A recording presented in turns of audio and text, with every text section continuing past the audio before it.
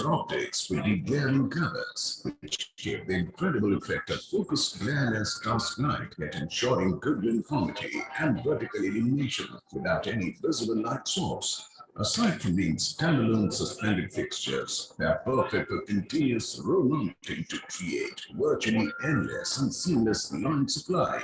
With custom connectors, designers can create innumerable light configurations and patterns. Special micro-reflector optics with the glaring colors have been added to the design to achieve precise low-glare task light without compromising on vertical illumination and ambient lighting. Mirage F is a freestanding light with near-to invisible light source and clean-cut aesthetics. Mirage F features an inbuilt occupancy and daylight sensor and specially developed touch control panel for individual on-off dimming and color tuning, making personalized human-centric lighting accessible for individual workstations, private cabins, and desks. These high-efficacy lights also have an up-down feature which allows focused task light and a wide indirect light, ensuring great uniformity over the space. The crescent LED has a graceful curvilinear design with a distinctive half-moon shape.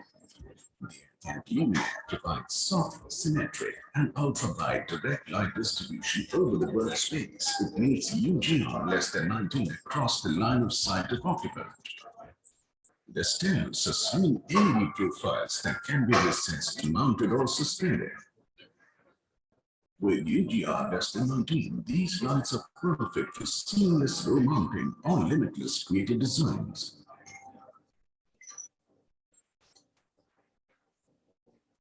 These donut and circular luminaires come in multiple sizes and have an effective height of 70 mm, delivering diffuse planner and low glare light in high ceiling areas.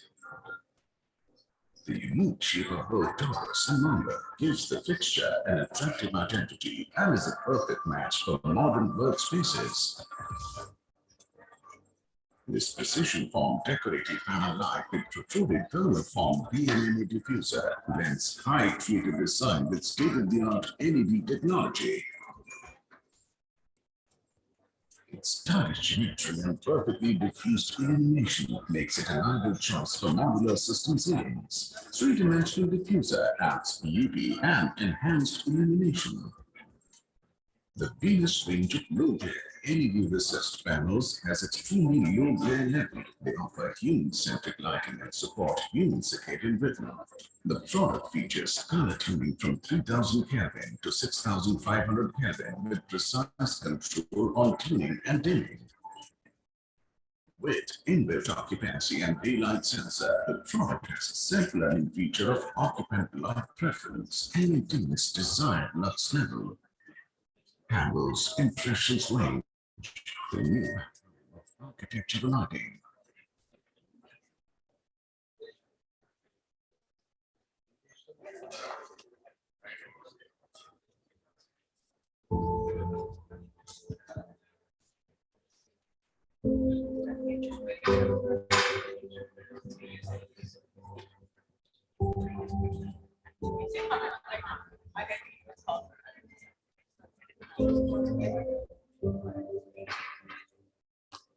Hello.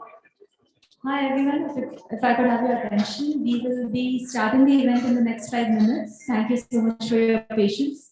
I request everyone behind who is still standing to grab a seat, and speakers in the crowd as well as our partners, if you could please move ahead to the seats that are reserved for you, that would be great. 5 more minutes, we will be starting. Thank you.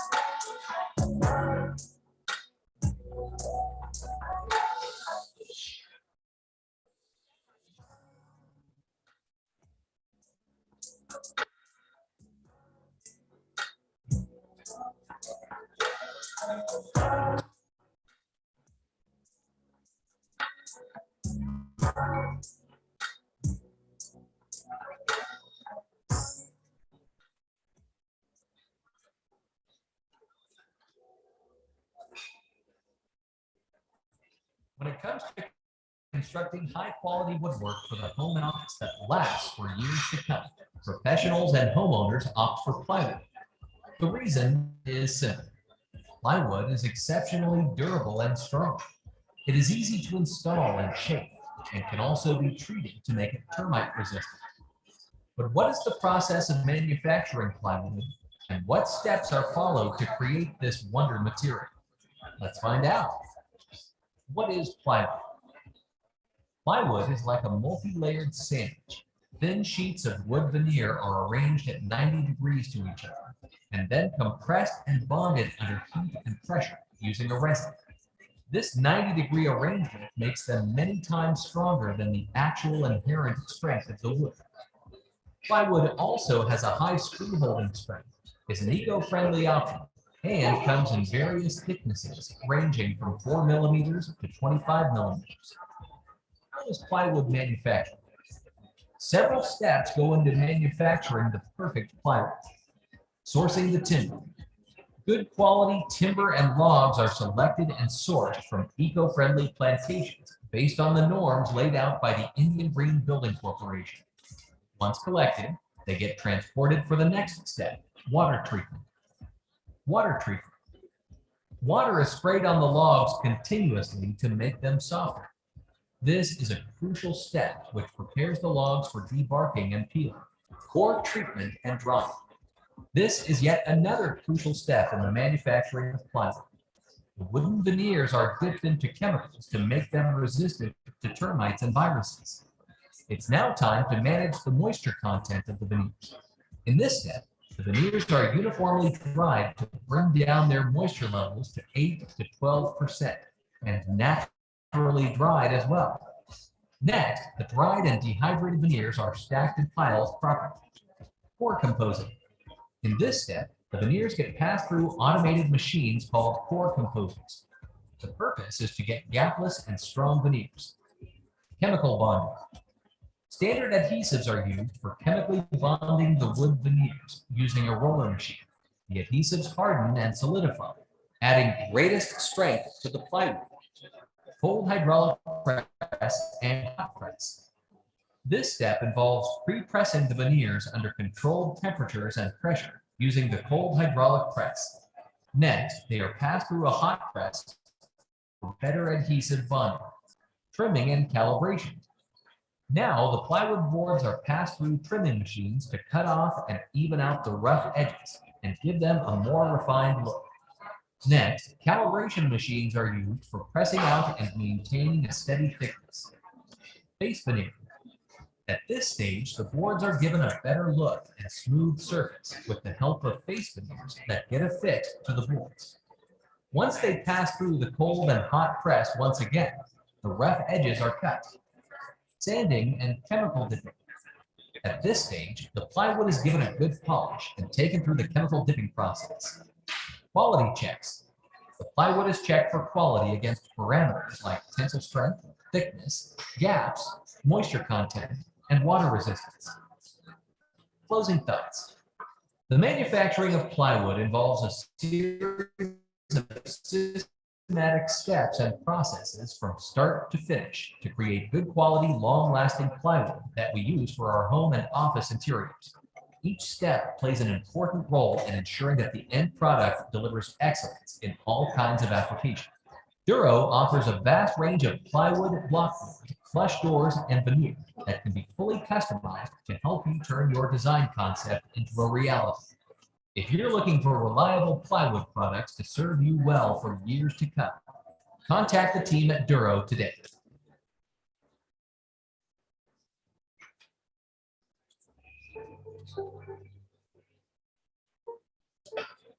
Havells India presents Impressions, a range of superior glare-free architectural lighting solution that simulates a productive working environment and offers limitless design possibilities. From recessed to suspended, Havells' versatile impressions range allows architects and designers to fully unleash their creativity and to perfectly illuminate every type of office layout. These human-centric units mimic the variance of a natural light color throughout the day, replicating the sun indoors with dim warm light in the morning, bright white light during noon, and dim warm light by evening. These economic lights have been shown to significantly increase productivity, creativity, health, and well-being in the office environment, and provide the benefits of natural light even to windowless offices. At the heart of the impressions range technology is human comfort and health. They have extremely low unified glare rating of less than 6 for indirect light and less than 10 for direct light. Impressions range is also compatible with various smart control platforms like PoE.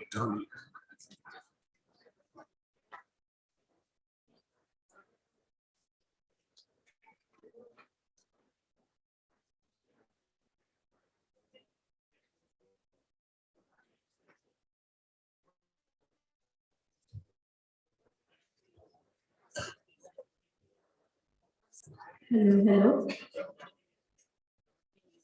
Has everyone settled into the seats? Okay, let's start. Good evening, everyone. Welcome. It's so lovely to see so many eager faces in the crowd.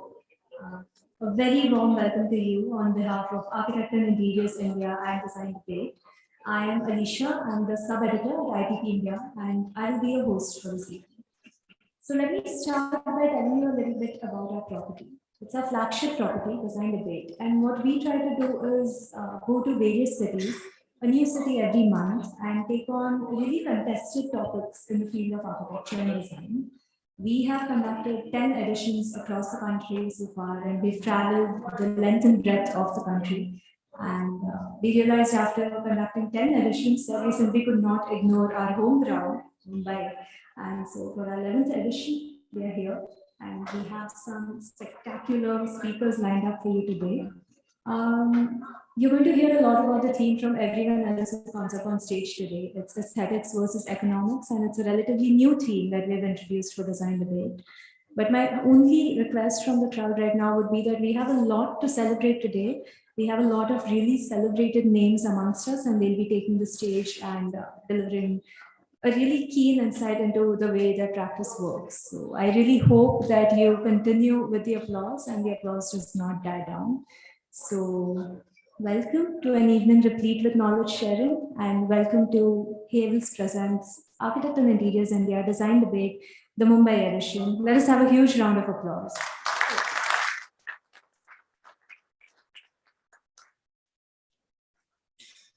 To deliver the opening address, I would now like to call Mr. Indrajit Sauji, Group Publishing Director of ITP Media Group, on stage. Let us have a huge round of applause for him.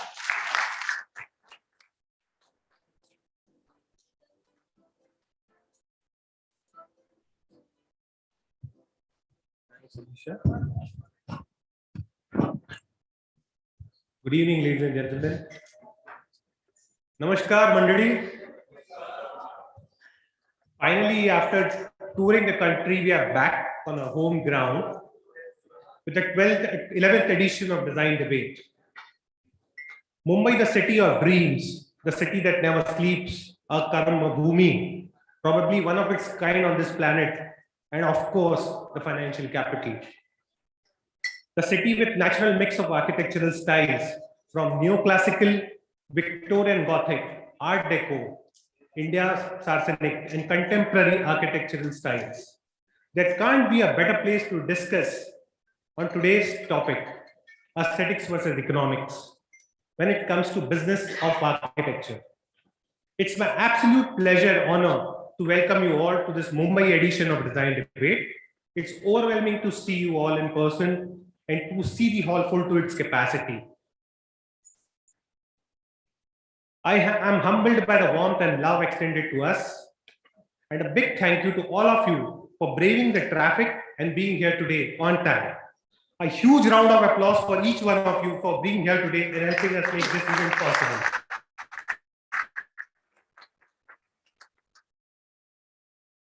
Past couple of years have been really challenging for us, and especially the design and construction industry.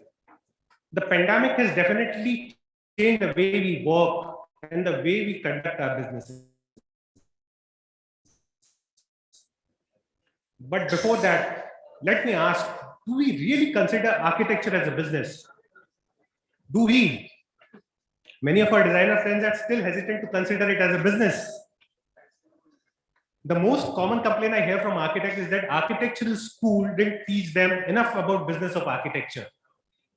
Although students take a professional practice course in architectural schools, but most begin their career knowing very little about business.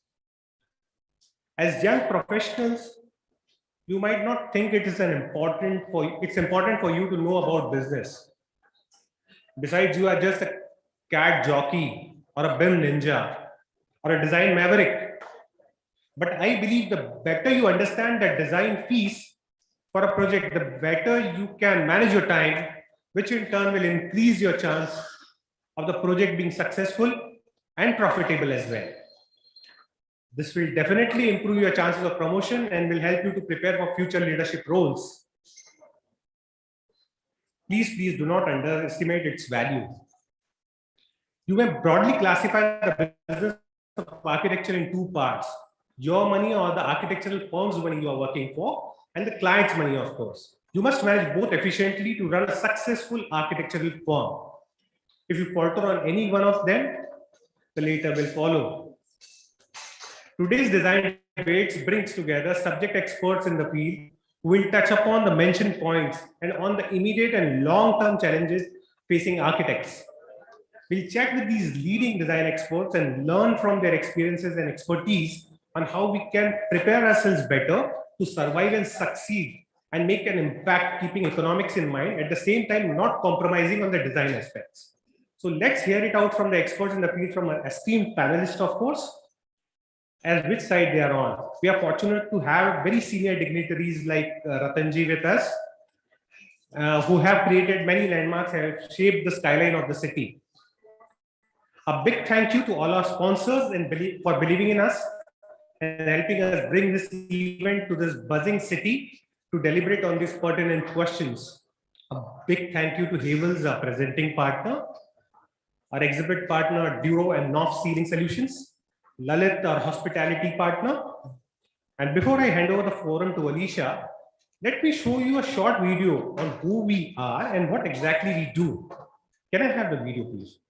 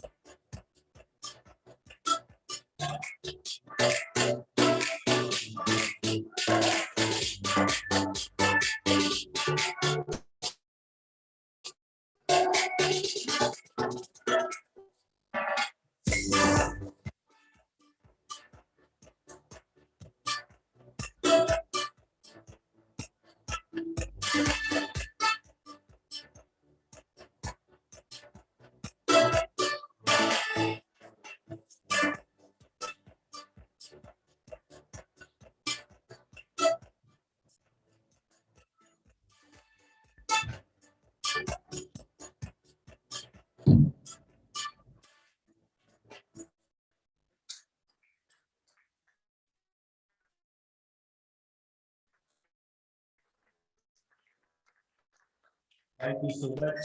All the warm enthusiasm and support you all have extended to us today.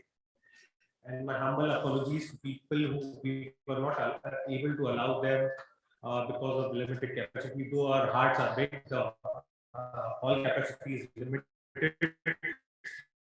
So for them, we have taken the my team is telling there are 500 people. Good evening to all who are watching us live. Also, let me take this opportunity to thank and shout out to my incredible team who have toiled to put this event together. Please join me to applaud young and very talented architect Sub-editor media, today's MC and curator for this event, Alicia Lard.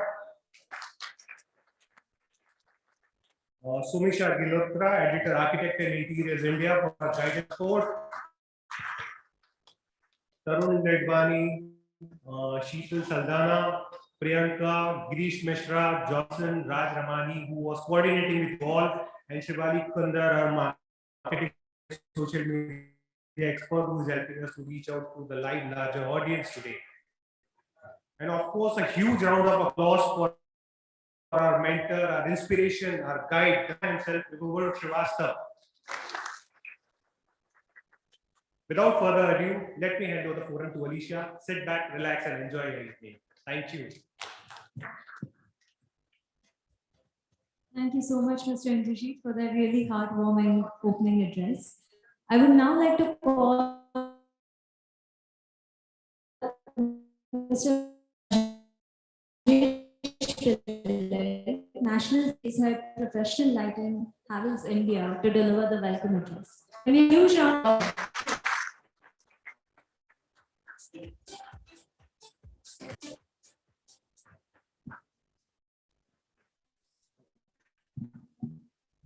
Delighted to welcome all of you for this to this design debate Mumbai edition. I am Rajesh Pillai, sales head, Havells Professional Lighting.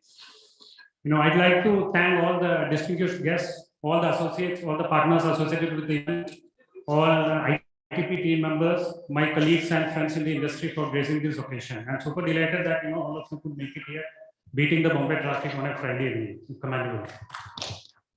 So Havells has been associated with ITP for quite a big time. We have been doing many events with them on picking up some important topics like maybe smart office, smart manufacturing, then smart healthcare, construction, different design debates.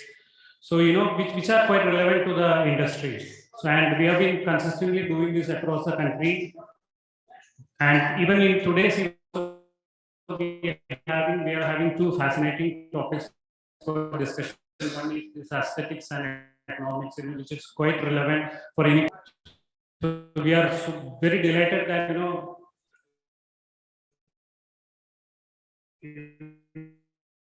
and super and I guarantee your next 1 hour or so is going to be quite. So thank you all once again and have a great evening. Thank you so much, Mr. Pillai.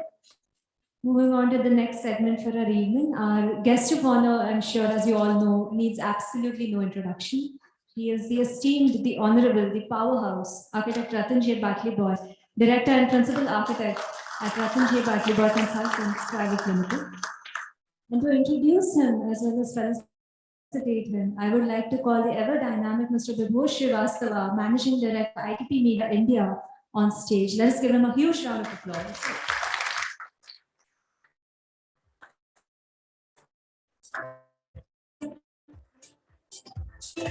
Delighted, humbled, overwhelmed with the emotions, and this young team of ITP who work tirelessly throughout the days and forget about the weekends to put something which is so meaningful, so credible, and so neutral, which allows knowledge sharing at the highest level.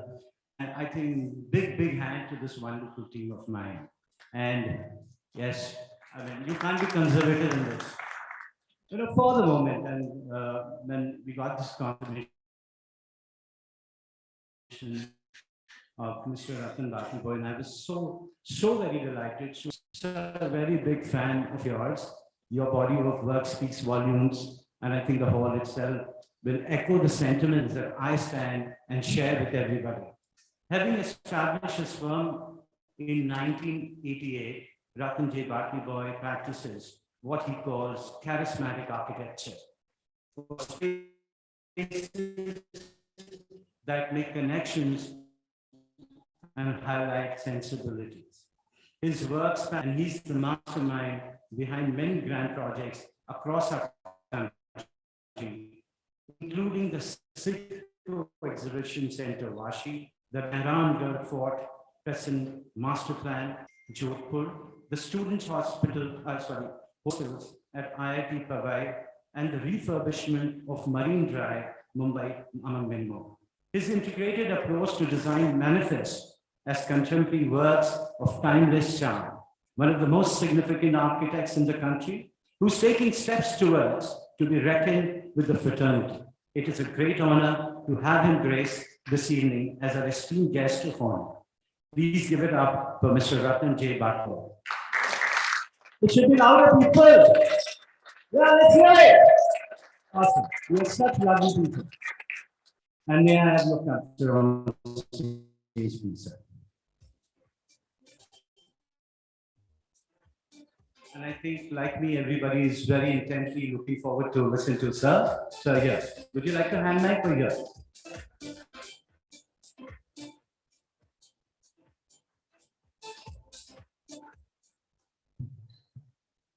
Thank you. It's an honor to be here. I don't see myself the way everybody introduced me. But, and it's not humility. It's just that there's so much more to be done. And we're sort of doing our little part. I also asked Alicia if I should bring anything along, and she said, no, it's okay. Just come, put your garland over you or some whatever it is that you do to felicit people. You know, maybe you'd like to say something. So in the taxi coming here, I sort of scratched out what I'd like to say. And I think it's great that ITP is doing this in terms of just this interesting debate. It's been one of these things that we've been talking about for very, very long, aesthetics versus economics. The title implies that it's an either or situation, but it's actually very complex in reality. Both the terms in the title are very relative. Aesthetics is very relative, subjective. Economics also, I mean, you can talk about any aspect of it, wherever, however, whichever. Depends on who's talking and who's listening and who's talking to who and where. I think the aesthetics in the simplest form alludes to visual beauty and harmony, whereas a more robust and pluralistic and performative nature of aesthetics has emerged over the years. Today, it encompasses spatial, functional, socio-psychological, environmental, technology, sustainability, legal, regulatory, also several economic criteria. I mean, aesthetics is a word that's used very, very loosely in today's context. If we see and glorify architecture with its aesthetic expression alone, we align with this quotation that says all art as a means of expression, and that which may be right for one artist may be wrong for another. And this is about artists alone, yeah? The trained eye, the sensitive souls. At a city scale, we're aesthetically bankrupt. This is what all of us architects are constantly bitching and moaning about. Alluding to, hey, look at this city and where it's going and what people are doing to the city. But the citizens of Mumbai have a different point of view completely, be it how our public buildings are lit, or be it how art has been sort of manifesting itself prolifically over the walls and any little spaces in India, in Bombay. The masses just love the shit that's being thrown at them. They're proud of the way the city looks. These days, it has absolutely no aesthetics sometimes where we are concerned, but guys love it. That's the subjectivity of the whole thing. It has a huge cost. So that's where the economics comes in as well. Okay. I mean, the numbers are scary. You could use these numbers, the crores spent on the beautification of Mumbai, as it's called, in these past few years, in these past few months or weeks, could sort of, you know, give people food on their tables or places to stay or whatever it was. The arguments in the aesthetics remain. The subjectivity is the great divide. Economics sometimes sees, it's pretty black and white. Numbers are pretty black and white. If we say economics drives the built form and dictates trends, then the aesthetics of a built environment drives the brand image of a building, of a city, of a government. It promotes tourism and boosts the economy. So it's pretty circular in that sense. Or we can say that economics drives the built environment. Capitalism has a demonic appetite to build and rebuild, and the built environment both expands and expends this capital. So again, it's a cyclic situation. It's pretty circular in its space. In this synergistic relationship, it would be interesting to see how architects perceive the current dynamics in and through their practices. I'm really looking forward to hearing both the debate tables, okay? The youngsters from the hope, aspiration, fervor, passion. The older guys may be slightly cynical, maybe sort of been there, done that, maybe having very, very strong points of view. But I think it's going to be extremely exciting for me to figure out where this is going. The theory of EFAB is basically an econo-functional aesthetic balance. It's all about balance. You can't have so much of this and so little of that, or so little of this and so much of that. It doesn't work. I think the most important thing that all of us strive for is a balance, be it in our practices, be it in the way we're tolerant of the people that use our cities, the culture, the dynamics, the basic problems that we have in a Mumbai. As a designer, we can probably bring a viewpoint of not just aesthetics, but also of economics and usage. Design for us is a way of life. It's a point of view that we have, and this entails both the aesthetics and the economics. I'm going to quote here saying that the greatest architectural creativity springs from respect for the factors that constrain the design. I think the most important things that we've done is when we have had no resources. The most creative things that we have done is when we had the biggest challenges of either land or permissions or client changes or minds changing or even arguments between husbands and wives. Another classic that one keeps hearing is you get what you pay for.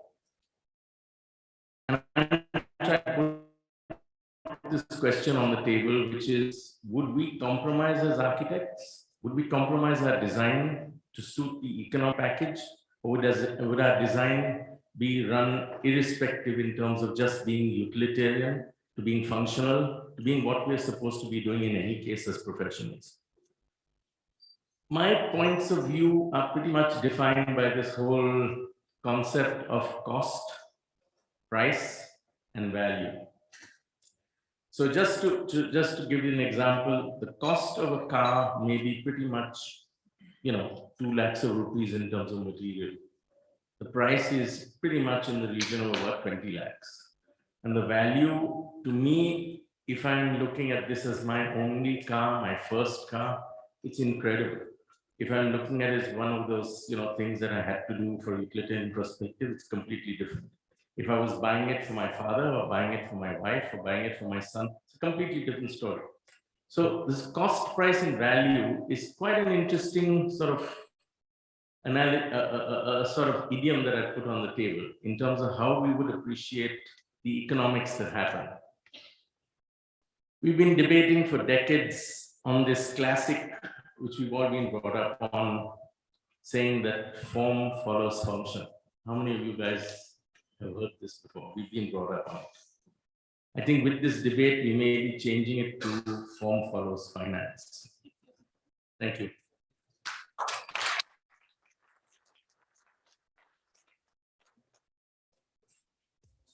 Hello. Thank you so much, sir.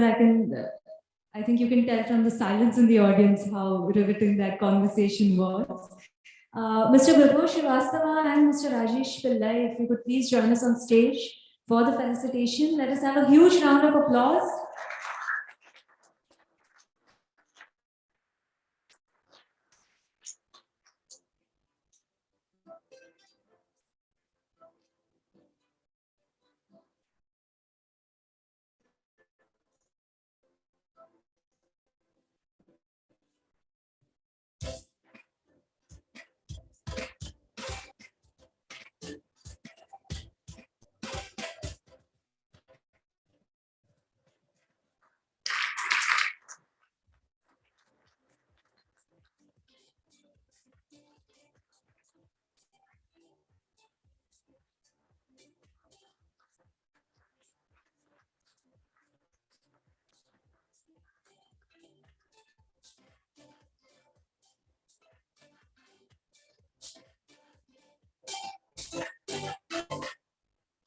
Thank you so much, sir.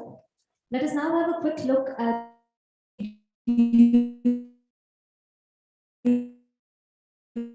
AV and understand what the brand is all about.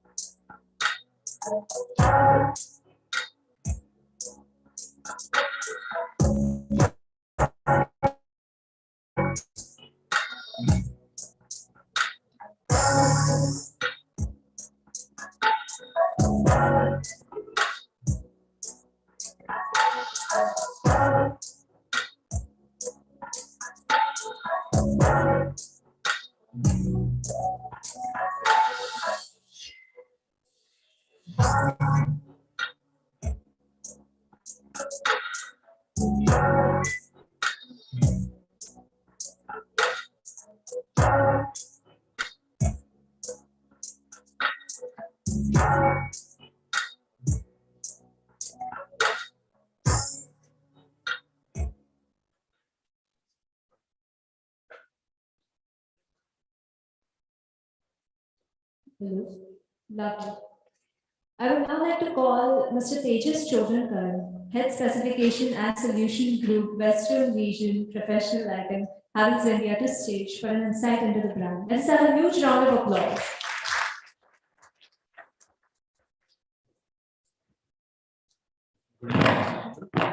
Hello.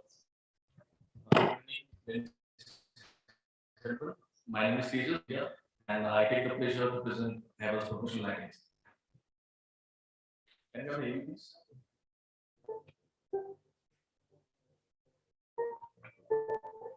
Havels India presents Impressions, a range of superior glare-free architectural lighting solution that simulates a productive working environment and offers limitless design possibilities. From recessed to suspended, Havels' versatile impressions range allows architects and designers to fully unleash their creativity and to perfectly illuminate every type of office layout. These human-centric luminaires mimic the variance of the natural light color throughout the day, replicating the sun indoors with dim warm light in the morning, bright white light during noon, and dim warm light by evening. These economic lights have been shown to significantly increase productivity, creativity, health, and well-being in the office environment, and provide the benefits of natural light even to windowless offices. At the heart of the impressions range technology is human comfort and health. They have extremely low unified glare rating of less than 6 for indirect light and less than 10 for direct light. Impressions range is also compatible with various smart control platforms like PoE, Dolly Analog, and wireless RF technology.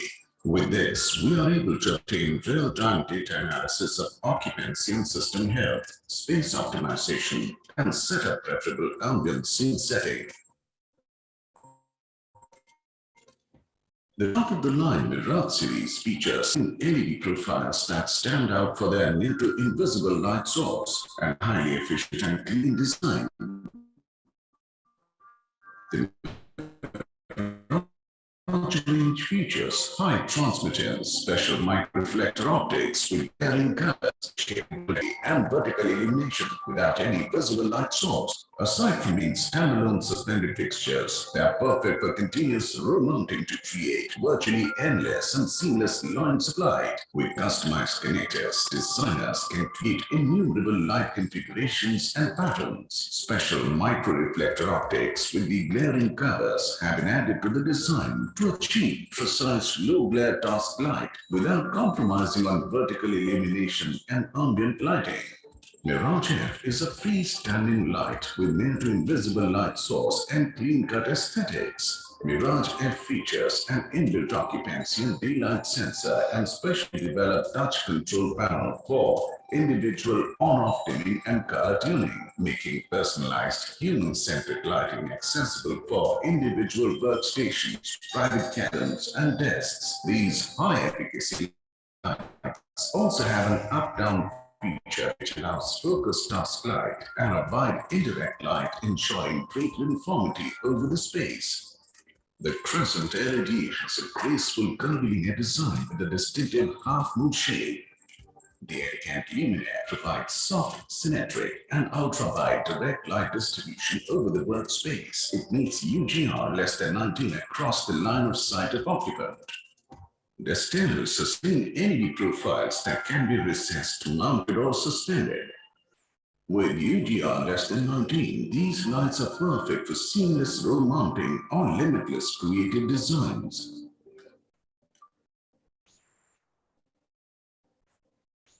These donut and circular luminaires come in multiple sizes and have an effective height of 70 millimeter, delivering diffuse planar and low glare light in high ceiling areas.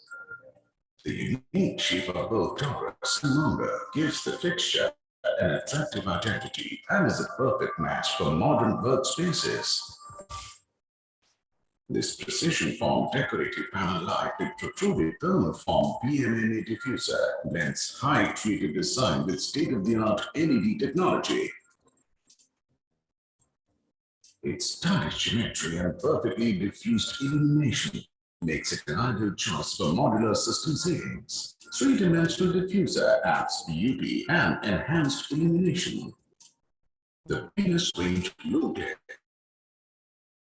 LED recessed panels has extremely low glare level. They offer hues lighting from 3000 Kelvin to 6500 Kelvin with precise control on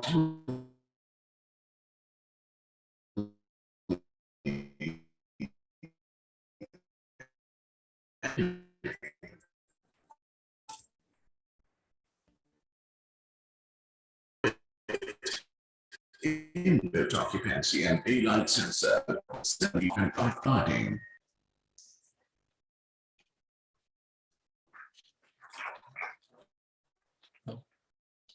Yeah, so topic that we'll talk today is about rethinking workspaces. So when we say rethinking workspaces, we can say that past 2 years have been redefining the workspaces, how we use them, what are the preferences of people working in that workspaces. So we look at how lighting plays an important role in terms of enabling people to work efficiently in ways of using human-centric light, and we'll also see how developers can partner with designers in terms of offering product offering to enable them to use human-centric lighting and make the workspaces more efficient.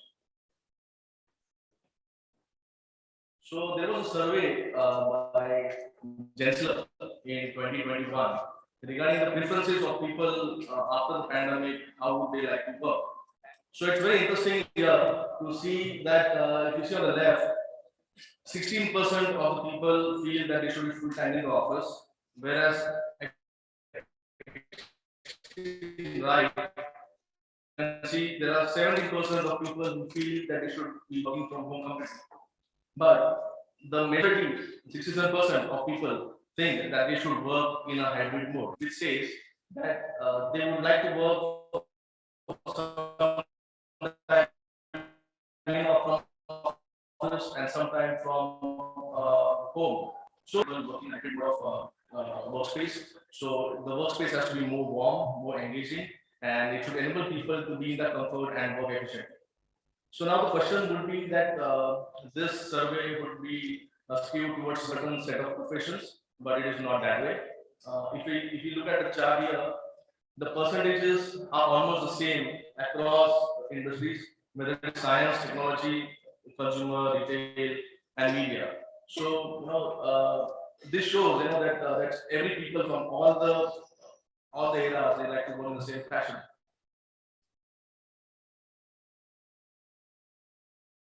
So now these are certain reasons, top reasons why people think, or why people think they should be coming back to office.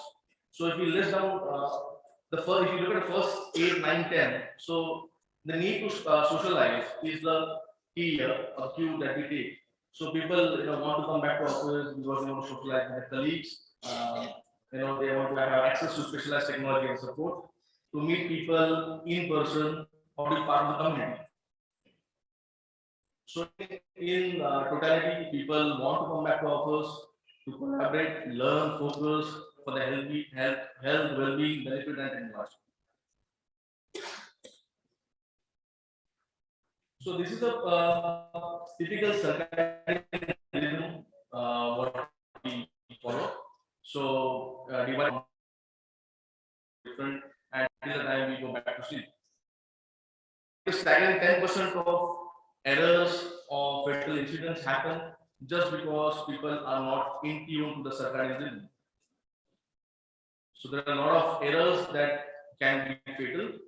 So this is a major cause, an alarming reason for us to understand how workspaces affect a human being. So whether there is a need for human-centric design. Now I understand there are a lot of people over here who might apprehend that human-centric is a little bit of an overrated theme. People are not going about it. But let's see what impact it has in terms of having human-centric designs and how we can enable a person to work efficiently. So this is as per the research. This is not some figure from some newspaper. This is research wherein enhanced office designs have shown to improve employee well-being up to 13% and productivity up to 50%. So,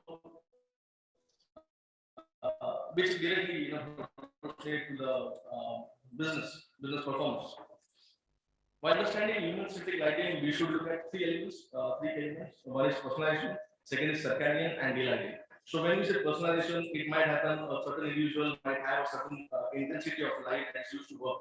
So there should be a mobility or that freedom for the person to have different intensity requirements. As per his intensity requirements, he can work in that atmosphere.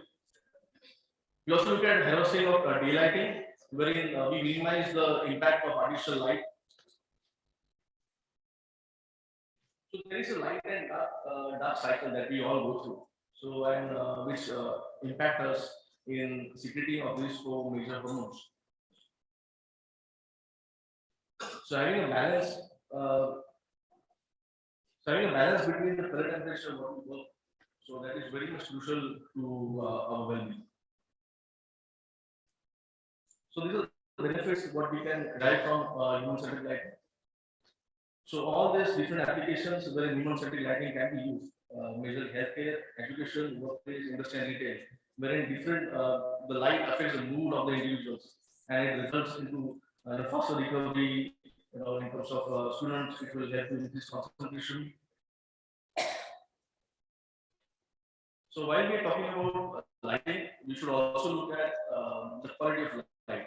So LEED and WELL standards. So these are the basic parameters which looks at the quality of light. While we talk about UGR, the glare, the CRI, then the uniformity of light. So these are all things which defines the quality of light.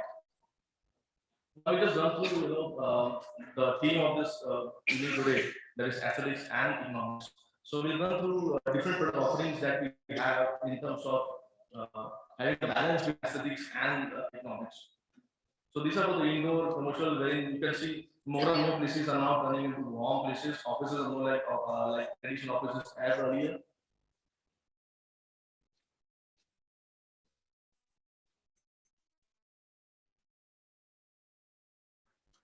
And not to forget, there is also a portion, there's also a study which says there's a lot of light pollution. So we also have certain product offering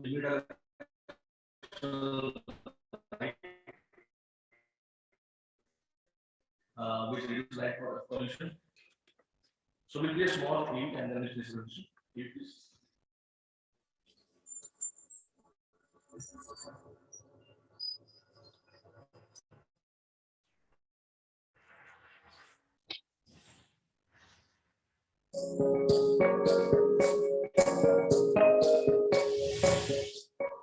The stress of competition is forcing company employees to spend more time at the office and many times late in the night.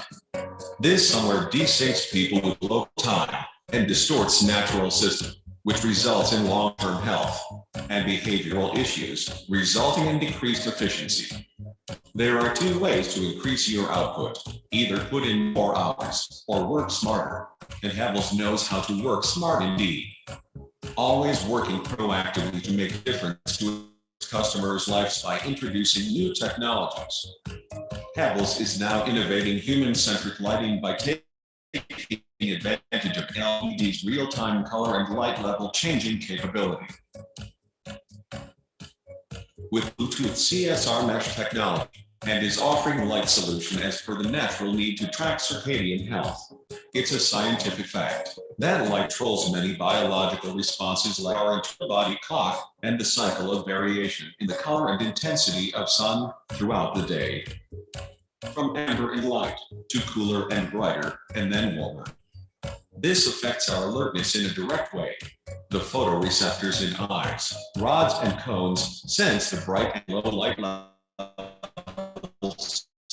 signal in the brain to trigger the release of serotonin in day that boosts attention. This creates circadian rhythm and supplements our physical and mental health. Havells has created a lighting system that follows the cycle of natural light as experienced by humans and is called circadian lighting that enables people to perform at optimum levels while contributing towards mind and body wellness. The system works by integrating light fixtures with daylight and are designed to mimic the natural patterns of sun with the help of tunable technology and automatic adjustment of intensity. In harmony with circadian rhythm, light color with blue wavelength in daytime are beneficial as they improve alertness and increases productivity and reduce fatigue and accidents at work at the same time. At night, the lighting system reduces the brightness and color is changed to warm, signaling the body to relax. This new and innovative lighting system by Havells benefits any office space through increased productivity, improved health, improved alertness, reduced hyperactivity, and improved mood and behavior to generate more output from the employees. With this new innovative Havells lighting system's tunable white technology, discover a new way to increase efficiency, improve profits, and do business the smart way. Havells, making a difference. Thank you for your attention and have a great evening. Thank you. Thank you so much, Tejas. Now let's have a quick look at knob sealing solutions and understand what the plan is all about.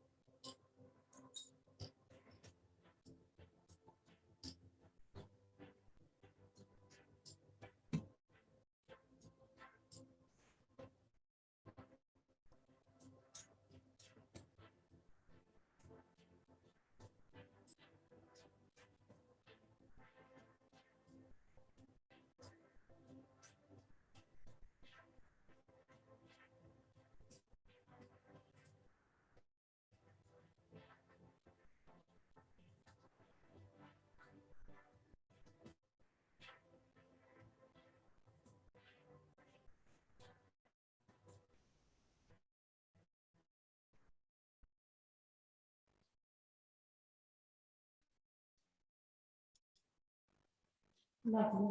Of the evening as we kick off our panel discussions, starting with the dynamic and we're very excited as you can see the next panel. And to start, I would like to call Mr. Praveer Sethi, founder student on stage. Please give it up for Praveer.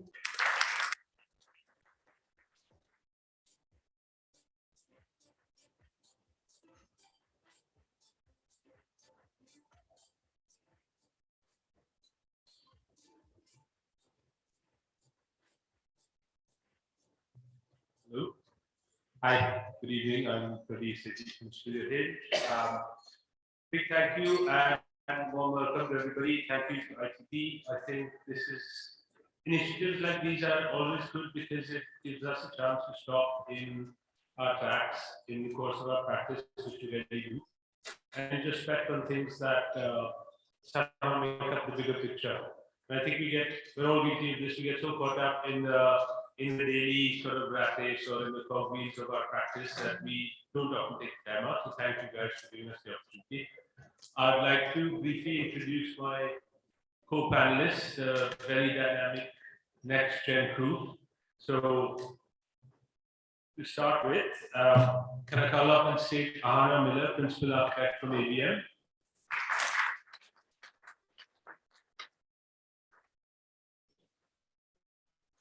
Welcome, Ahana. Apurva Parekh, if you come up on stage, please. Apurva is founder and director of the economist Apurva Parekh Architects.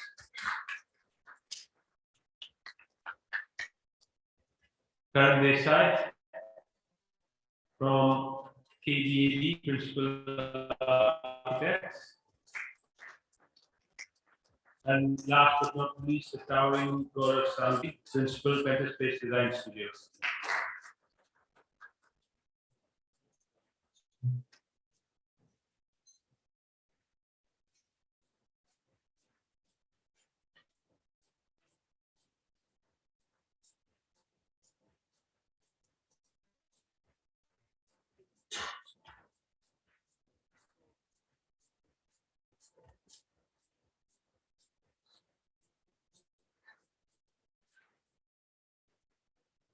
To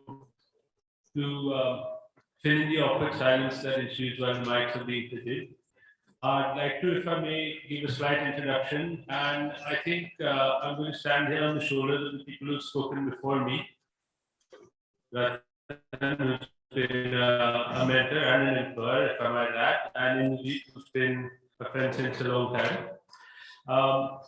Indeed spoke briefly about college and academics not really preparing us. And I think this is true not just in architecture, but in any profession. There's no school that I know that prepares you adequately for what the profession in real world is going to be like. But certainly about economics. I mean, we all came in with sort of stars in our eyes. We came in thinking we're all artists, and no one told us that we're going to have to deal with money and things like and budgets and economic crises and things like this. I read somewhere once, and I can't remember, I think it was in the newspaper, but it described, it was having these profiles on various professionals, and it spoke about the architect as this permanently aggrieved sort of, sorry, I'm going to go male for a second, but bearded sort of kurta wearing, chola, and then kolhapuri carrying, engaged, I think, what was the term, engaged in a mortal combat with the bitch goddess of commerce. And it really resonated with me because it was only until I think it was the third year of architecture where I found out what architects actually get paid when we graduated. It was quite demoralizing.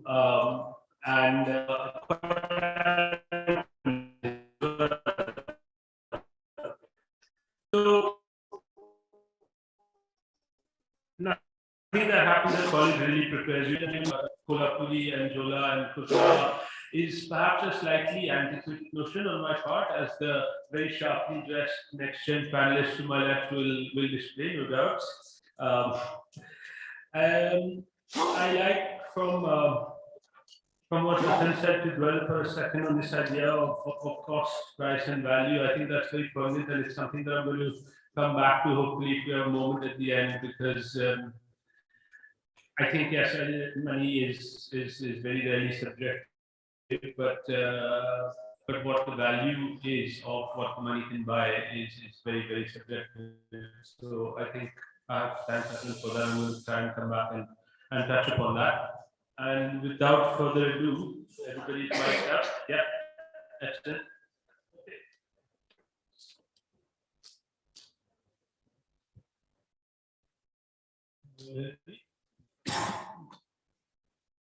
Hello? Great. Okay, so the gentlemen and lady to my left and right comprise the next gen, which means that they are not completely jaded. The stars have not been completely wiped out of their eyes. And so this is fresh perspective before we give way to the esteemed sort of doyens. So I'll jump right into it. Architecture is always a balance between tradition and technology, between form and function. Where do you think architecture lies on the spectrum between art and business? And how does your practice maneuver this polarity? If I could, I'd like to start with Ahana here. So I come from a background, my father's an architect, my mother's an artist. So I have both worlds colliding. I work with both my parents. What I found was when I came back to the US, I said, this is not the way. So he said, why don't you visit a couple of the other architects' offices, find out how they work, what can you improve, what can you do. I visited a couple of architects in Lakhan's office, and I came back and said, what did you learn? I said, I learned nothing because every architect has a different way of practicing their business. It's not about art, it's not about economics, it's just a mix of everything. And I think what we do, how we practice, is definitely a balanced approach. So while I can't completely ignore the business side of it, I try as much as possible to include some processes into the practice so that a lot of stuff is streamlined and that I'm not spending all my time on the business side. And I mean, we are all designers, so I think that's what we do best. So I think finding that balance is good. And also to say we have a big generation gap. So me and my father, there's a huge gap between us. And I think him coming around and embracing what I had to offer was a huge advantage, and it helps us run the firm. Thanks, Anna. Apurva, do you have a take on this? How does your practice maneuver these kind of polarities? So when we established Corporate Architects way back in 2018, certain interesting projects came our way, including residential and certain commercial projects also. And the way we approached each and every project, the major focus was always on the commercial or the budgeting side of it. And most of my clients happen to be developers, and they had very stringent budgets, but they also had this major aspiration of putting up a product, and they were really banking on me to kind of deliver that sort of product. And in all my discussions and every design decision we took, which related to either the planning or the structural analysis or the materials, one very important factor practice, and that was how to balance the aesthetics, functionality, and the budgets with which we are working. Because yes, being from developer segment, they would want to deliver a very high-end product, but at the same time, the scales and the materials which are being applied are so humongous that just a minor variation in specification here and that can make a huge difference. So that's what we started understanding. I mean, this particular notion has been built into my practice understanding since several years. So that as the projects go larger and larger, we are looking at several, probably 100 crores. The specifications have to be dealt with extreme caution. And once you start understanding that, even like a minor variation of the specification can create a huge difference. So I think the theme of this forum, which is aesthetic versus business, versus how the aesthetics are delivered into a product, the specifications, understanding of each and every item becomes very, very crucial. Thanks, that's illuminating. I was going to go with Karan, but it seems like we're going in the right order. So Gaurav. When I think when you pass architecture, I think you know about passion, you have the dream, and you really want to construct something spectacular. And once I passed architecture too, I was with all that passion. And then I think I come from a business background, so my parents told me that let's get you into a management college first, and let's understand the business aspect of it also. So I graduated. I just did a small stint in a management college, and I understood the business side of whom I'm going to deal, right? So I think when I started practicing architecture, again, it was the growth curve was just X because there was more passion and there was more passion, and there was more passion, because that is what is required at that stage. But once you start growing in your practice, and when your firm size becomes, starts growing, I think at some point you have to start looking at the economics in ways which you may not be very comfortable in looking at it, but yes, you have to address it because you have mouths to feed. So I think, as Ahana rightly said, that you have to strike that balance between design and economics. But yes, it's always a challenge. So I think you have to keep asking yourself that question and got to look deep inside and just trying to answer that I'm still, am I working for the money or I'm still working for the design? So till the time you get that answer right, I think we're good. So till now it's good. So good. Huh? Well, I'm the youngest of all. Okay. Started my own practice and the childhood dream of becoming an architect. And just like how Ratandra said that you give anything and there's a market to take it, right? So as a child, whenever I used to see outside, I'd be like, oh my God, I'm going to be the messiah for the future generation to design like some really cool structures around. So if you ask me, I'm a very bad businessman.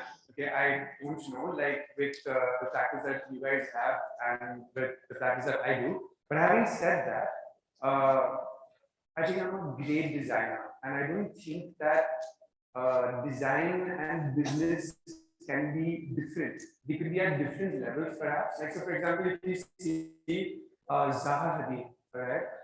I think she's the king of architecture.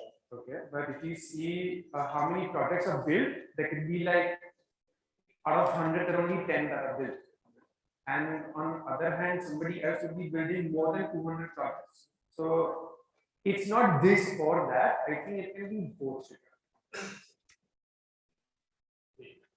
Thanks for that. And I'm going to move to the next question. To pardon a little bit the cliche, but when we talk about form follows function, follows feeling, and that's the googly here, which amongst aesthetics or practical considerations better addresses evocative architecture? So, Purva, do you have a view on this? So in our practice, we strongly believe in the form to function, and it's primarily driven by the fact that once the functionality or the requirements of the space or the program or the requirements of the most purpose is to find that space perfectly. The form which generates off that is always pure in nature. So basically, I'm not doing anything to the form to arrive at the form with any softwares or any notions of how that form should be. But at the same time, I'm addressing all critical aspects. So sometimes in my design presentations or my pitch to the clients, I probably would talk about 10 to 15 constraints. Or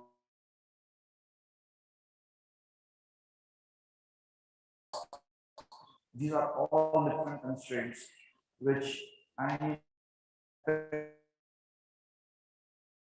have in my mind. So, right end. So even the client's budgets, his aspirations. So all these different, for the lack of petrol, you're like juggling certain balls in the air, and then finally you arrive upon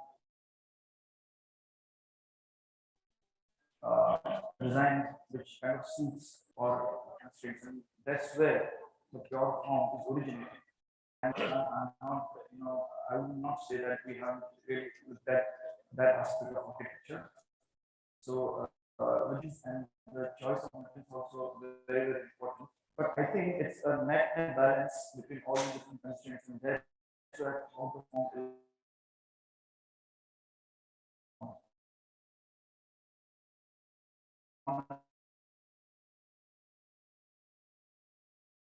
Talk about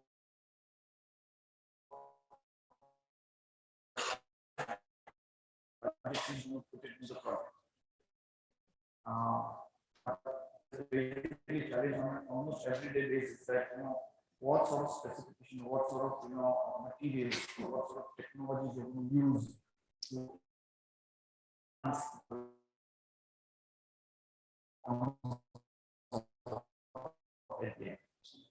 that bit if I can, anybody else feel free to jump in here, but what I was really after is this idea of evocative architecture, right? And that's what the question culminates in.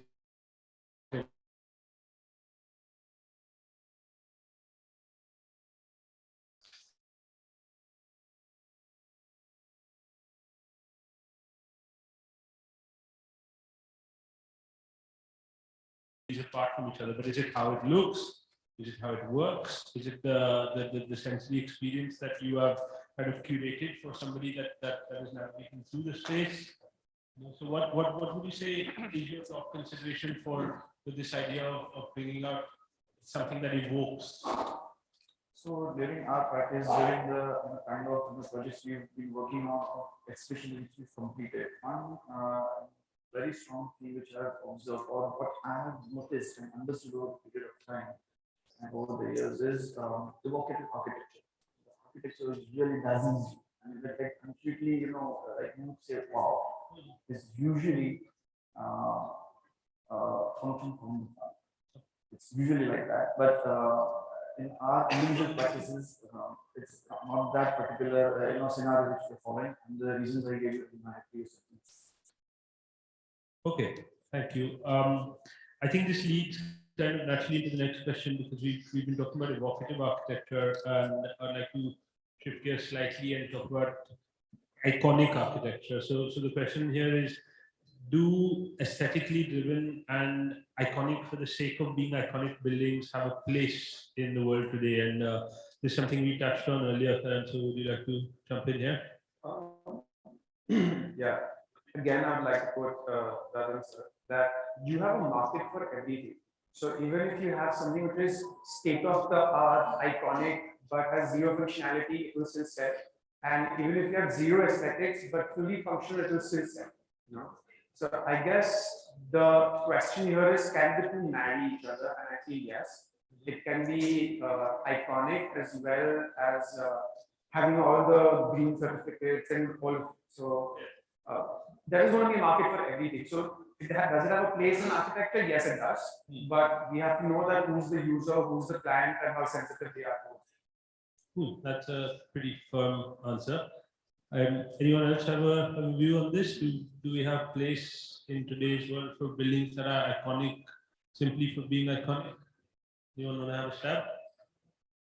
I would definitely say there is a place for iconic architecture. Yeah, and there's no doubt in my mind.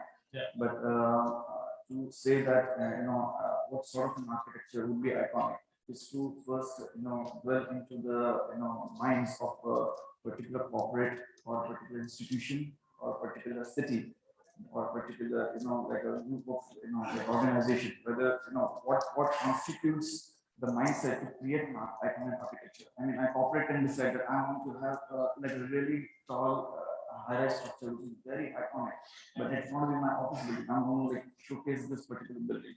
So at that time, the notion of being iconic is on a very high extent. Like say, for example, Bilbao. You all know that how Bilbao Museum and was won by Mr. Gary, and what it did to the city of Bilbao. Yeah, it completely changed the nature of how Bilbao was viewed in terms of so it's complete catalyst for yes. To what you now call the Bilbao effect. Exactly. So it's a Bilbao effect. So what I'm trying to say is the iconic architecture starts with a particular mindset or particular notion that I want to achieve this, or we want to showcase our cultural center or our high-rise office tower or our railway station in certain manner. Yeah. So it all originates from there. My observation is in this kind of building projects, the notion of budgets or the notion of functionality, as he pointed out, probably may take a backseat. I'm not saying that the functionality of budgets are not there, but probably in the origination of the idea, it may take a backseat. The corporate will check with their, their directors or stakeholders that is it going to cost us a whole lot? Yes, it's going to cost you a whole lot if you are thinking of a very, very tall building. Sure. Yeah. So it originates like that, and then functionality and aesthetics and budgets are really a part of the entire gamut of things. But you start from a different point of view. No, I think that's great because we seem to have consensus because we're saying there definitely is space for iconic, and even if it's iconic for the sake of being iconic, but then what approve adds is a whole other layer saying maybe it starts out as being iconic for the sake of iconic, but the knock-on effect that it can have on the community, on the area that it serves can be quite positive and uplifting in a sense, and hopefully that's the best possible outcome of building that is iconic, as you say, for the sake of being iconic. Yeah. All iconic architectures are always. I feel it's a very sad state where we have to say that there is a place for something which is super iconic but doesn't have functionality, and that's what I guess like we as architects are very we are responsible for designing something like that, and also the client who is willing to compromise on everything else and just have it be an iconic structure. So I think it's handy. I think this question represents a rabbit hole that we can go down because we can talk all about monuments, statues, you know, things like this that you're having thousands of crores of rupees being spent on, and there's always going to be a pressing opposite side saying yes, but could the money not have been put to better use, to social infrastructure, to hospitals, blah blah. And what happens then to the aspiration? What happens to the idea of a nation, or the idea of a symbol, or the idea of a corporate house or bank or whatever it is? So that's not tangible in a sense. I think anyway, we could spend a lot of time, but I'm going to jump. I should apologize, ladies and gentlemen. This debate is not very much of a debate so far. We have a lot of consensus, so I'm going to throw in a couple of further googlies here, perhaps. But yeah, can everybody hear us?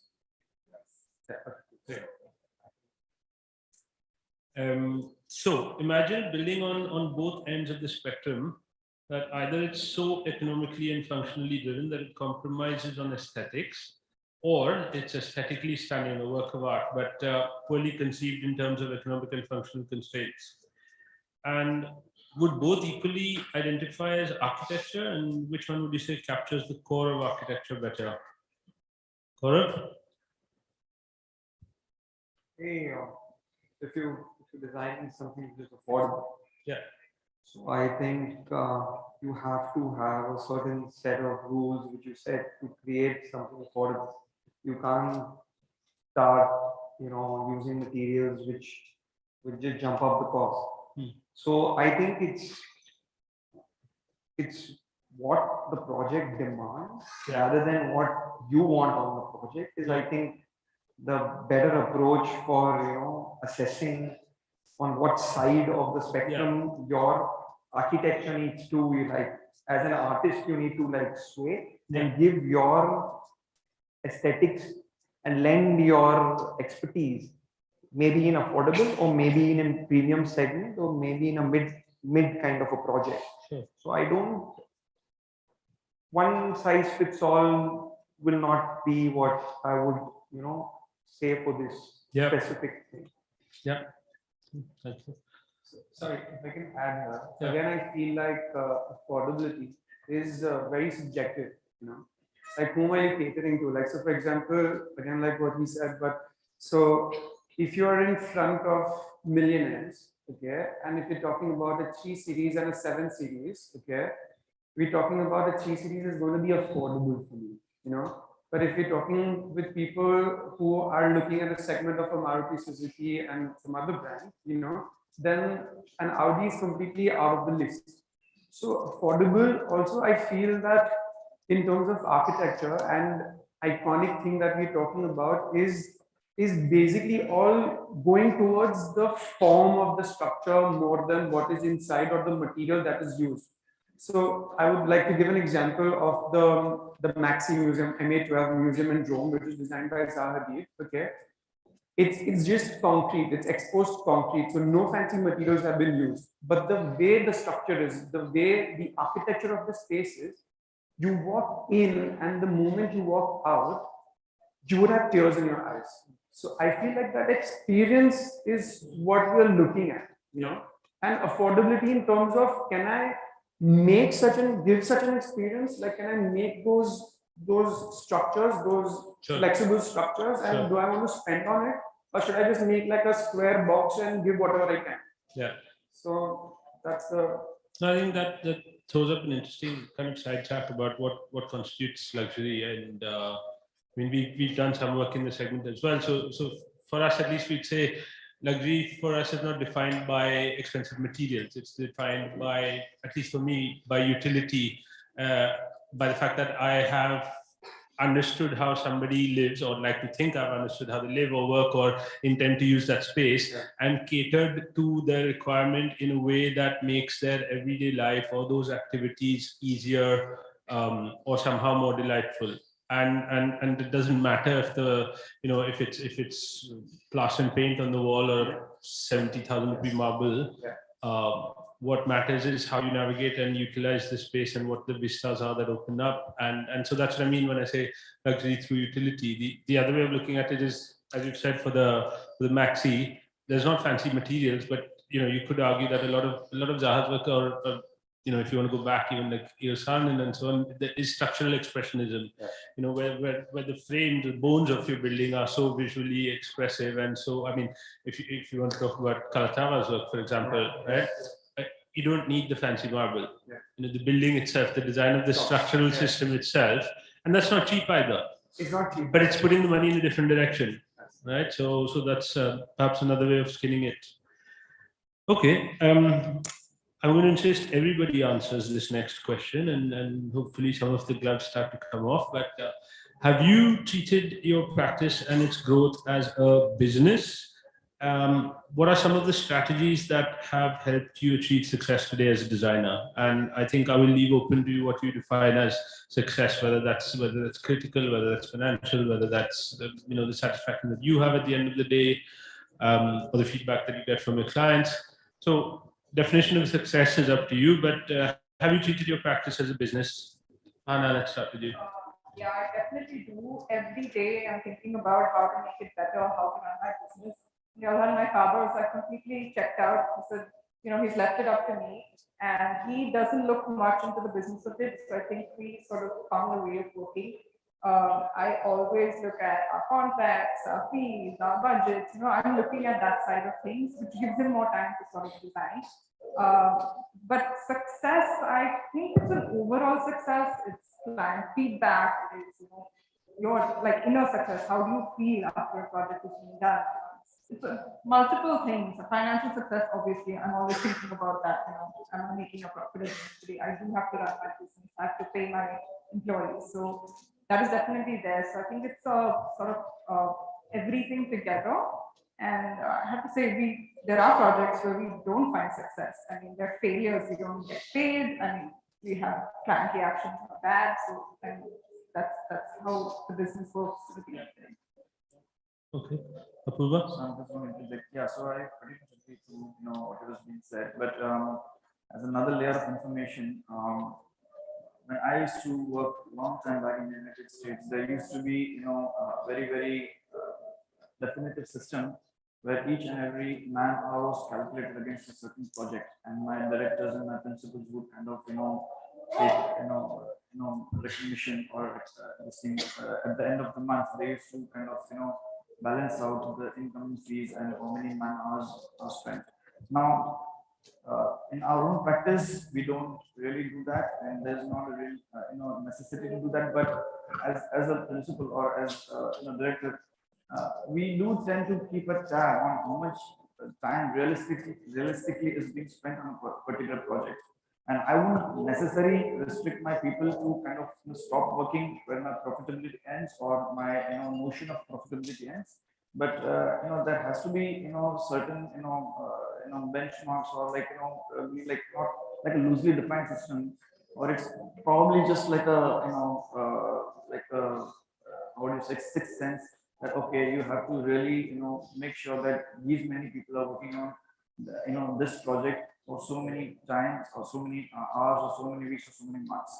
Having said that, in individual practice, you do tend to change those formulas on a daily basis, because certain times you would want to invest more than what you would think you would be doing at the start of the project.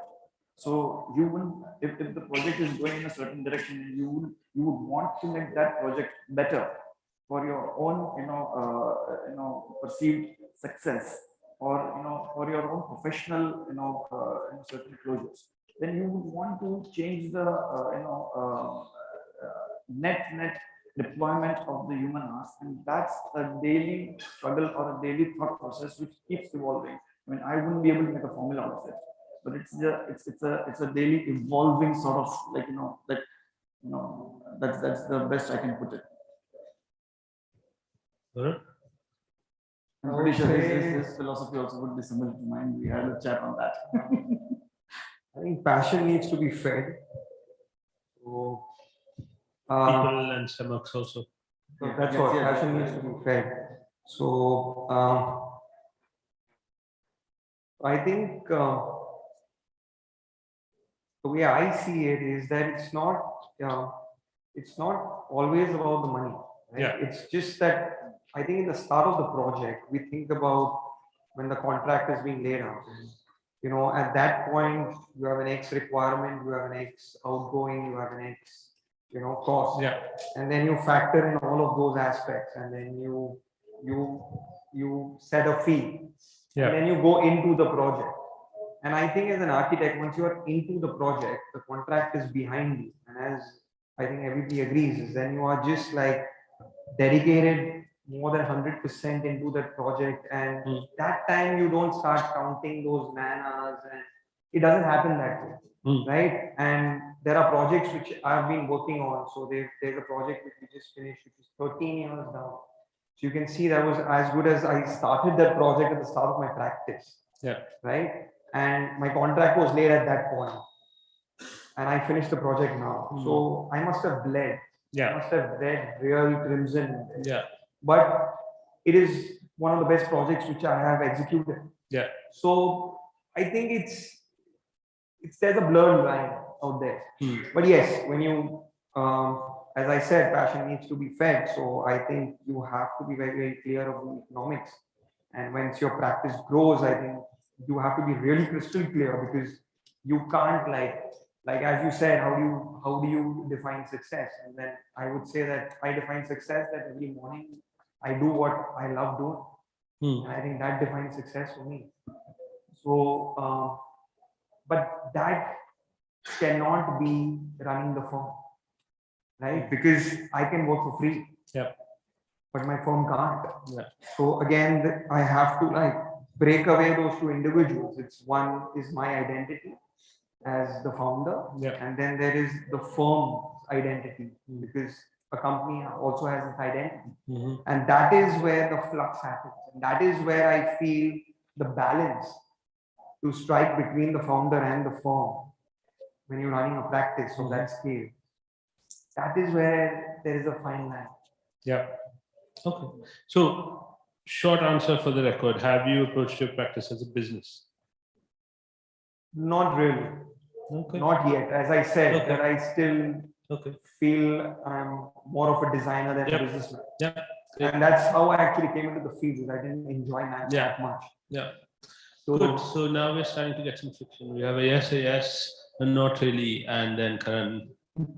Have you approached your practice as a business? So if I'm understanding the question right, it is either you're a businessman or you're an artist. No, I don't think it's as polar or as black and white as that. I'm just saying that have you approached your practice with a view to growth as a businessman would?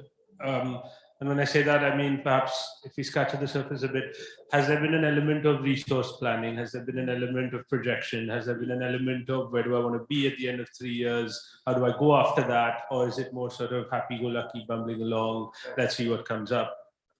So yes, of course, like I think anyone and everyone, be like 2 rupees or 2 crores or 200 crores, if you are giving a service, then you are into the business, right? Talking about the growth, and I differ here a little bit. Like, for example, like today, like we're a very young firm, like very small team compared to you guys. But for me, sorry, but this doesn't. I'm sorry, but you know that I have to feed people के लिए मेरा business growth करने के लिए मैं कुछ भी ले लूंगा मेरे को ऐसा problem नहीं आता है क्योंकि मेरा team ही मैंने कमती रखा है you know so that gives me an opportunity to take up what I really want and I want to do you know although again it is very subjective different levels different people for him something what is amazing may not be amazing for me but whatever I'm talking about myself so it's being it so subjective I am able to, so again, like I said, that if you talk in terms of growth and am I very successful in terms of how many projects I've done or what is my strength with the studio and all of that, if you may see, then I may not be so successful, you know. But in my eyes, I feel I'm extremely successful because I am living my childhood dream every single day, you know, and I'm doing some crazy ass projects, and I feel that even if I have 100 people tomorrow, okay, I will still be doing this crazy ass project. Sorry for the word. Crazy projects, and yet not have to worry about how will I feed these people because somewhere the way I have been working right now for so many years of my practice, I feel awesome, you know, and under no pressure do I have to go and say, run Okay. So I think what also is important is the typology of the project we are working on. So, you know, whether it's a boutique project or it's a large scale project or it's a convention center or it's a large hotel or a big airport, it depends on the typology of the project. So, you know, how many people you would require to execute working drawings or good for construction drawings for a particular type of the project also is equally important. That's why I think this is a very good cross section of panelists because we're looking at practices ranging from 8 to, sorry, how many are you guys? 30 to 23 to 40, which is a, sorry?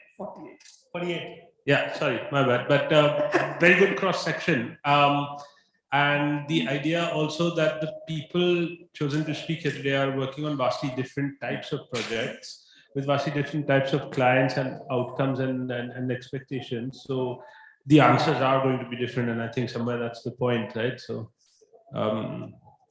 cool. Moving on, okay, this is also going to be one which will bring out the differences, but what would you say are the differences between noting the aesthetics and economics of the whole topic that we're discussing today, and how does that differ between the practice of architecture versus interior design? Ahana? We actually do both. We do more interiors, but we do have sort of interior architecture projects. I feel for interiors, clients are more involved. They spend a lot of time and budgets are higher for some reason, and especially in residential projects also. Interior projects are faster, take less time, you know, they're done. That's why we prefer them. Architecture projects take very long, 13 years, that's so. Unless you're able to, you know, work on both, you have that patience, you have the time. I think both work very differently, but there's a way to sort of handle both differently. Karan, have you on this? You're also doing interiors in the course of the projects that you're doing. So broadly speaking, I can, break down the interiors practice of our organization into broadly two parts. One is B2B and one is B2C. Yeah. Now, B2B is basically I'm doing interiors for my commercial developers. And the way I approach those interior projects is very different. If I'm doing a high-end project for my, a B2C client, it's a private client, or I'm doing a villa for my private client. The way we are approaching the interiors is a very different process. So in these kind of private, interior projects, not only the main clients involved, his family, housewives, their children, their cousins, their well-wishers, their family, their neighbors, everybody's involved. So we have to hear a lot of suggestions coming from every direction. Most of the suggestions not even technical in nature. So we are basically just explaining the same thing over and over to everyone. But if you look at the interiors which we are doing for our developers, it's purely a B2B sort of a situation where we do the drawings, we do the perspectives, we do the working drawings, and straight it gets to the exhibitions done. So a huge difference even in interior. Okay. Guys, do you have a view on how the topic we're discussing oscillates between architecture and interior design, or is it mostly? I'm not too much out there in the interior space. We are primarily in architecture architectural firm, and we try to do interior. We usually do interiors of our own projects. So I think I'm still not. So the standalone interiors are limited for you guys. We're not out there in that space yet. Okay. What about you, Karan?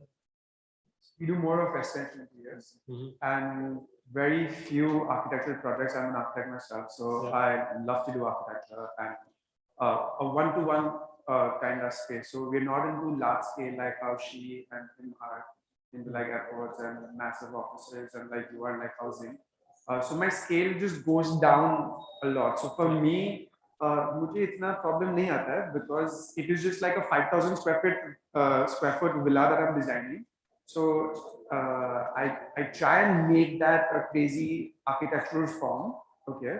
कि कल उठ करके अगर client बोल दे कि मेरे पास पैसा नहीं है अंदर तो खर्चा करने के लिए, even then the space is going to be very beautiful as an experience for him. And eventually, if he does agree to give me the money also, okay, then we'll transform it into a different space. Okay. So, Okay. I'm just going to do a time check. Alicia, how are we? The last question? Okay, great.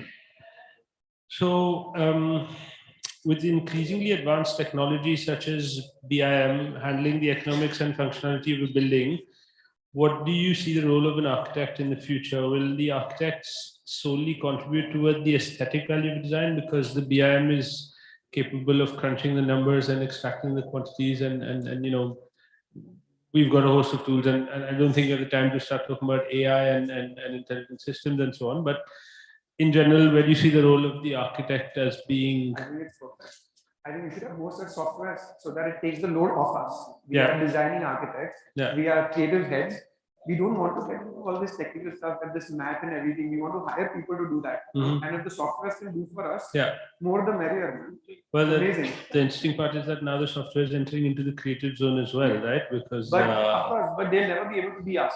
You know, the creativity that he's going to bring on board and what I'm going to bring. Software will never be able to do that. I mean, you've alluded to Zaha a couple of times, and there was a very interesting talk that I was being told about by the students of one of the colleges where I taught, and they were saying that there was an AI because until now the machines have been able to do everything except concept design, right? They can draft for you, they can take off quantities for you, they can calculate structural loads for you, but so far the thing that we were always holding tightly and not letting go of was the conceptual design. And there was a very interesting seminar presentation that my students were telling me about, wherein they gave an AI a brief and asked it to design it in the style of Zaha the architects.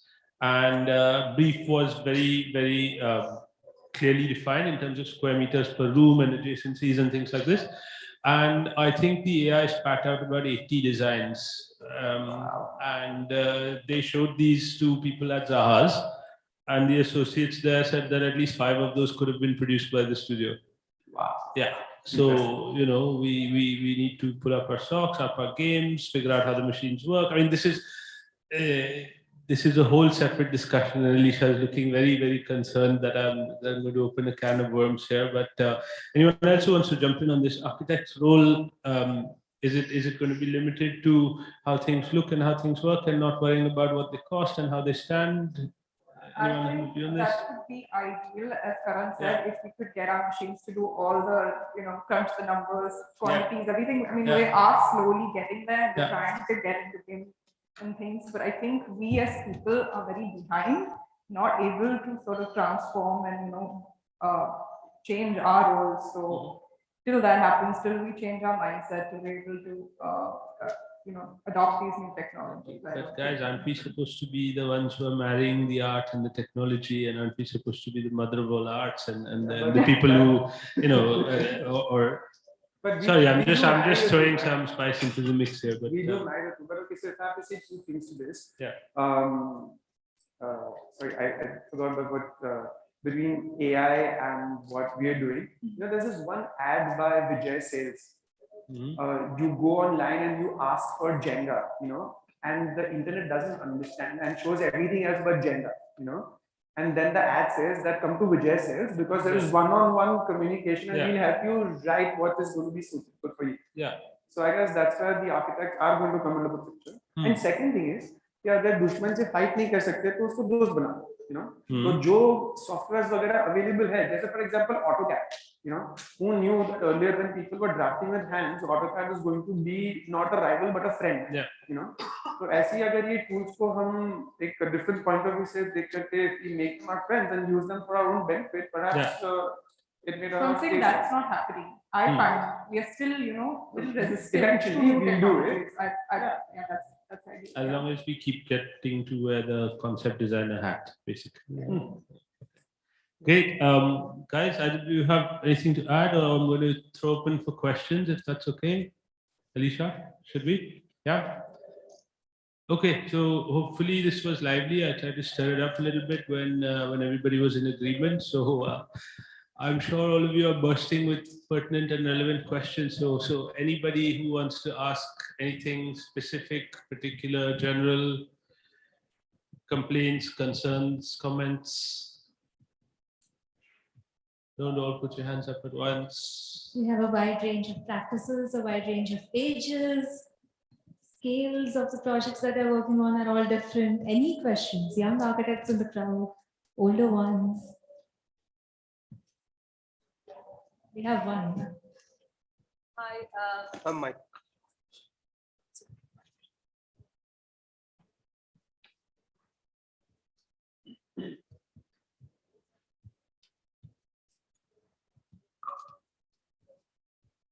Hello, good evening, everybody. Yeah, I found this debate, the topic very interesting, but I was all the time thinking what it would have been like if it was aesthetics and versus eco-friendliness or sustainability, because I don't know why we are not considering that fact. People use very lavish materials. So many materials are not at all eco-friendly, and we are losing on our mental health, physical health. Yep. Chinese products are coming in, and a lot of them are just below the gradable level. So all that things are more to be like you just talk about your concerns. Yeah. And secondly, what I thought was like, many times aesthetics are possible even by very small things, you know, very eco-friendly materials, or you know, some materials which are not really costly, but just because we have to, you know, see to our business, or we have to earn more, I mean, get profits, so we use we just increase the budget of the client, because most of the interior design practice is based on the commission, and so more the cost you derive for the client, more commission the interior designers get. So that practice many times, you know, make the client spend so much even if it's not required. So all that things I wish you all great architects could have talked about. Yeah. So if I've understood you correctly, the first part of your question is that you're not happy with the subject of the debates. You wish it was something else. So that's something I want to ask you to take up with the organizers, I'm afraid, because we can only talk about what the debate is. But the second part, anybody has an opinion on this? Like, why do we not put in more eco-friendly materials or look to keep the budgets down? That's very debatable, because who said that expensive products and branded products are not eco-friendly? Like, for example, like Jesse or Broha, all these brands, okay, if you use their sanitary fittings, they use 60% less water, and there's so many other things that they incorporate. And even though if it is coming from Italy and we're using it in India here, you also have to see how the product is manufactured. So if you go back and see their factories, okay, I know this because these guys come and give us their presentations and all of that, and that's how I've known, I've been proud to use these brands, is because how it is manufactured. So the old age technologies of how the product was manufactured in terms of the water and chemicals and everything is being treated, you know, the way the product is manufactured, the people that are making it, and all of it. So I think it's a myth which people need to come to terms to, that in today's day and age, most of the luxurious brands are eco-friendly than your local brands, you know. So it's all supply and demand as well. I mean, like, the most eco-friendly thing will be to use like a local stone, but Bombay mein local stone hai hi nahi, kahan se aayega? आप कहीं से break करोगे, transport का खर्चा करेंगे, इधर लेकर के आएंगे, तो that's not eco friendly at all, you know. But तभी तो कंट्री ग्रो कैसे होएगा, आर्किटेक्ट्स का रोल किधर से आएगा, और आप लोग कैसे ग्रो होंगे अगर इंफ्रास्ट्रक्चर नहीं होएगा तो, you know. So the ACC cements are manufactured in Himachal, तो उधर से लेकर के डाउन साउथ जाता है, तो कैसे जाता है? It's not eco friendly at all. But otherwise how do you build the structures, you know? If you're staying in Bombay, how do you think your high rise is going to be built if it is not cement, concrete, none of these, you know? So I think it's I'm sorry, but बोलने में बहुत सुंदर लगता है कि eco friendly और sustainable वगैरह, but जब भी एक्चुअली में आप एग्जीक्यूट करने जाते हैं, ओके, तो definitely there is some sensibility when you select a particular product or particular brand, but beyond that, what do you do, you know? So you have those the Spanish brands for pipes, okay? A regular pipe quotation for a villa will be like, say, for 40,000 rupees. Gas is like 10 lakh rupees. But the most eco-friendly product that you can find on this planet, who's going to spend 10 lakh rupees, you know, against 40,000? मतलब 10 लाख में से एक जन शायद, you know? तो मतलब we are more than happy to propose and use eco-friendly products. आप हमारे लिए clientele बढ़ा दीजिए जो इसको करेगा, या फिर जो बेच रहे हैं, ओके, उसको बोले कि अपना प्रॉफिट्स कम करके हमको फायदे से देते, तो जरूर यूज करेंगे.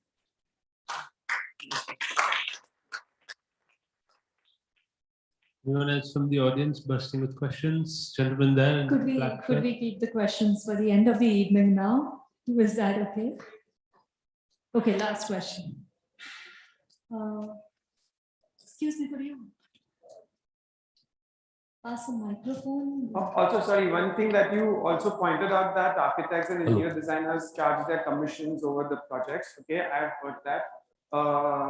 And to be really honest, we've also done that, but I don't think anybody who's taking that is perhaps wrong, because most of the times our last installments never come in. You know, we've not done that. I'm sorry, but we're not paid for our services. You know? It's so stupid that by default also, for example, if we've proposed Havells and if they've goofed up, our entire money stopped, because why? This guy is your vendor, you know. So like अभी मैं इनका dialogue बोलूंगा कि मेरे को भी company चलाने का है, खुद का पेट पालने का है, दूसरे का करने का है, कैसे चलाऊंगा अगर हमको पैसा नहीं मिलेगा, you know. So I was just raising this question: what are the eco-friendly products? As you were discussing, let's assume that you want something for claddings, like for a wardrobe cladding. We use a laminate, that's a paper which is laminated, right? After that, even if you use a veneer, you are going to coat it with a PU or a lamination. That itself is not an eco-friendly product. Third, as our, you can say, forefathers or the previous people used to use, they used to use the planks, and they were French polished. Those are eco-friendly products, but no one is using it, right? So I think so it's okay for a debate, but it's not worth using at the interiors, right? no, What is your take? So again, I'm sorry. Does anybody want to say? No, personally, I think that even you know, the veneer or wood, or for that matter, the planks you are mentioning, I don't think so it's eco-friendly, because you're cutting the trees. Yeah. So you're basically talking about the polyurethane and the polish, but that's much later. You're first targeting the trees. You're cutting, you're slicing them in smaller segments. You are basically peeling the skins and creating veneers. So I asked you, what are the products which we can use, which are eco-friendly? It will be yet another debate and Again, I'm long discussion. I'm going to define what's eco-friendliness. That's why I said it's okay for a debate, but not. I'm going to come in wielding my moderator sword again, because this is like. Sorry. The chart is not available, but sir, in foreign countries, with Yeah. every product, it is a liability to present that how much it is polluting. So You're nothing can be absolutely zero. right, and that's a perfect topic for the post-debating session. But for now, I think we have to wind up. At the stores, right? No, but the purpose is that I think it's slightly beyond the scope of the discussion that we're having today, because these are perfectly valid points that you both raised, but we're not talking about sustainability as much as we're talking about cost versus aesthetics. Session box outside for next debate discussion topics is open. But thank you, everybody. and we're going to give way to the, I don't want to say seniors, but the doyens is what they call. So thanks, everybody. Thank you. Thank you so much. Thank you so much. Thank you so much for the interest from the audience and Praveer for moderating that session so wonderfully. All the enthusiasm from the panelists. I would request for you to wait back while the felicitation happens. Could we have some music? I would also like to call Mr. Rajesh Pillai and Vishal Budeja, Manager Marketing and Communications of the Lalit Mumbai on stage for the felicitations. Please give them a huge round of applause.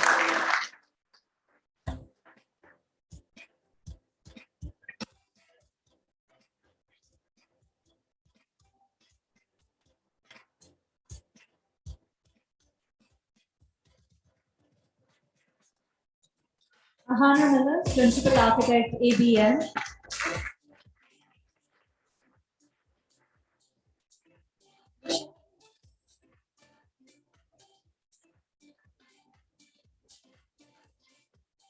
Parekh, Founder and Director, Apurva Parekh Architects.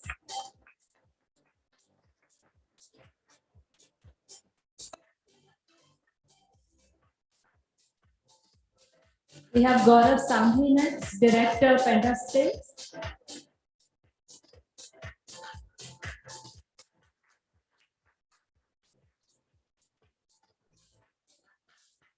Karan Desai, Principal Architect, Karan Desai Architecture Plus Design.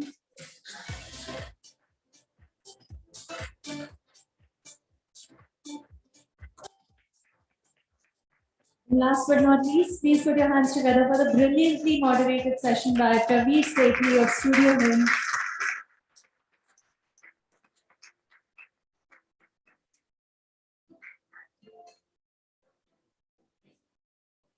You go, sir, Indrajit, sir.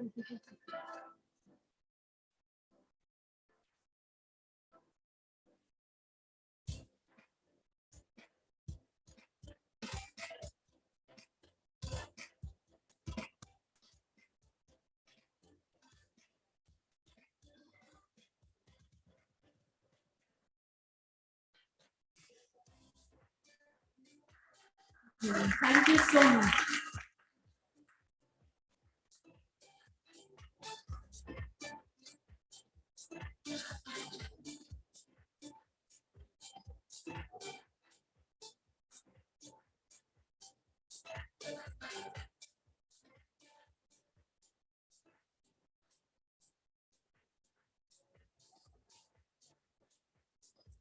And moving immediately on to the next panel discussion as well. We now have the much awaited Doyens panel discussion, one which we've been waiting for with bated breaths. They are the stalwarts, the stars of our fraternity.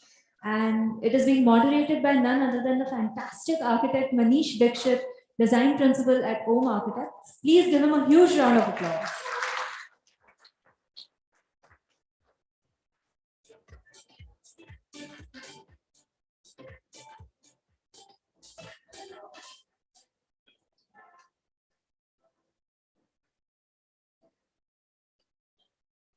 Hi, good evening. How are you guys doing today? So I'm going to make it short and simple and sweet because the points that I'm going to raise is important at the same time needs to be crisp and clear. With that, I would like to call in the two ladies in the debate today, Architect Padmini Pandey and Santa Gaur.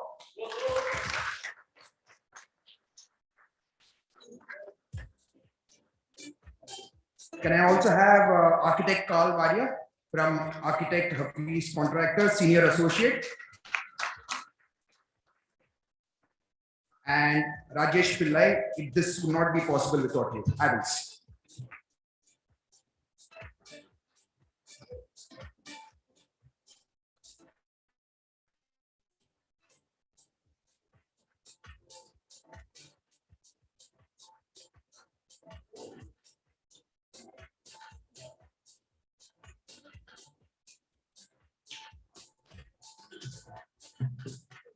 Should I sit down there or should stand and ask questions from here? You guys are comfortable with that?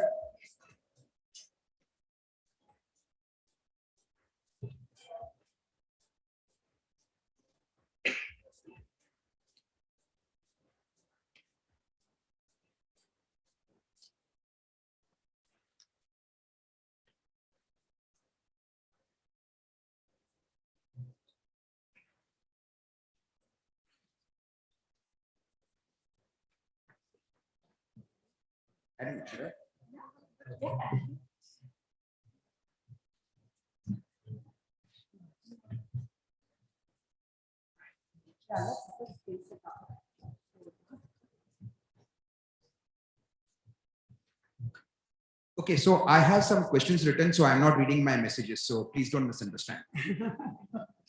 So coming to the important topic about economics versus aesthetic, or however you like to call it, there is always a thin line we all have understood whether every project needs to be expensive for it to look aesthetically appealing.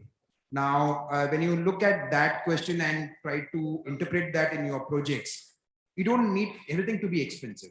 Am I right? So, we have the best example here in terms of Carl, when you do a lot of projects where it's economically viable also. And it's not because it's economics is into consideration when it comes to low income housing or, economical housing overall.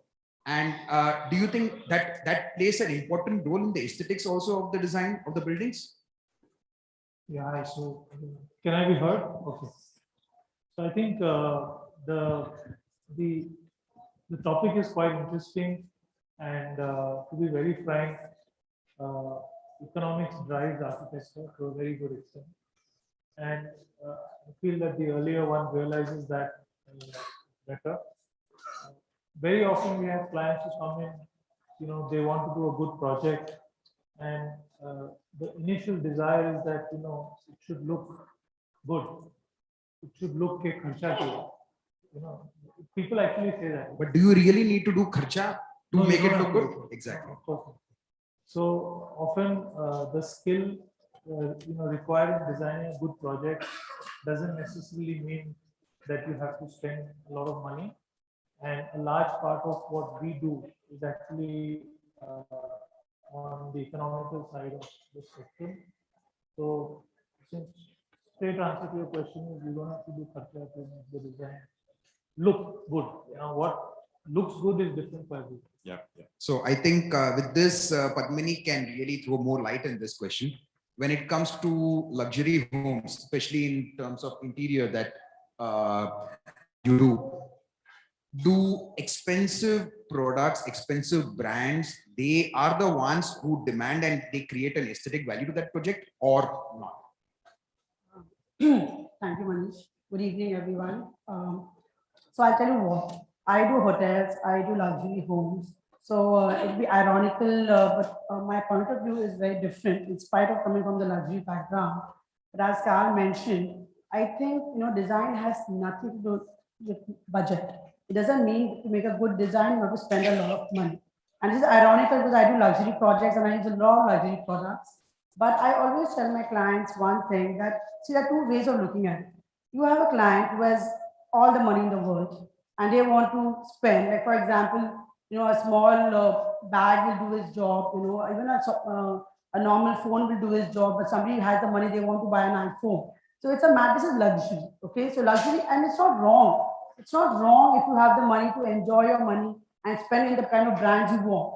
But the way I look at it is, that is therefore, I do this for my clients because they enjoy that kind of branding.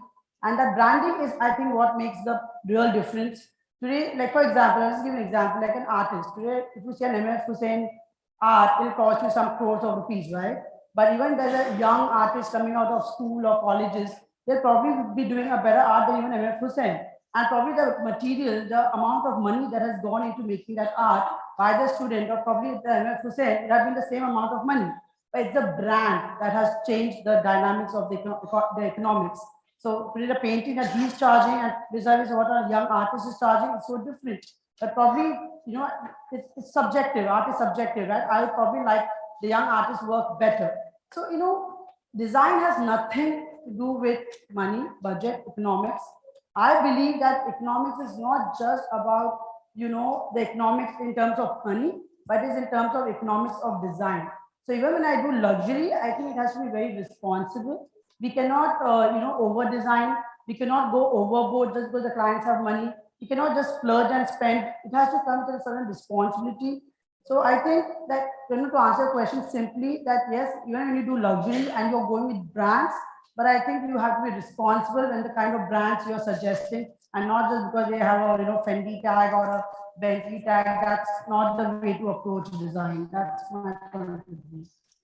Okay, so Santa, in terms of economics, do you believe that because you took a little extra time to design a particular project, are you going to charge more to the client? We can't. I mean, we can't.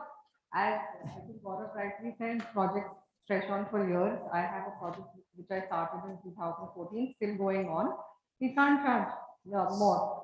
So we do stick on to the aesthetic bit of it, forgetting about the economics. So architects are bad in that way, right? We don't bother about our economics. Yeah. We are more bothered about the But we are not even good at that. Not.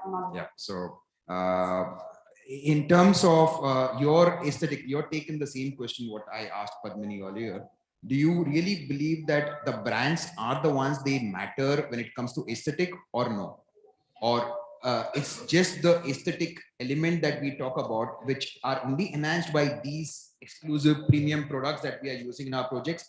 It could even be in architecture, not necessarily only be in interior design projects. So I don't personally believe in brands using high luxury brands like a Fendi or a Versace or something, but there are clients who demand that. And as Padmini said, if the client asks for it, yes, we will use it in the best possible aesthetic situation, in the best possible aesthetic format. But I don't think a brand or a luxury brand, high-end brand will really enhance the aesthetic value of the project, if that's what you were asking. So, like Karan rightly said about the Spanish brand selling high-end, the pipes. So you may not call it luxury because it's expensive. It is giving you some solution for some various reasons, like wastage of water, or you can call it heat generation, etc., etc. Do you think that would you term it as luxury, or will you talk it as economically viable aesthetic? Calf this for you, sorry. Okay. So, we unfortunately don't get to specify plumbing from Spain, but I don't think a good product can be called luxury.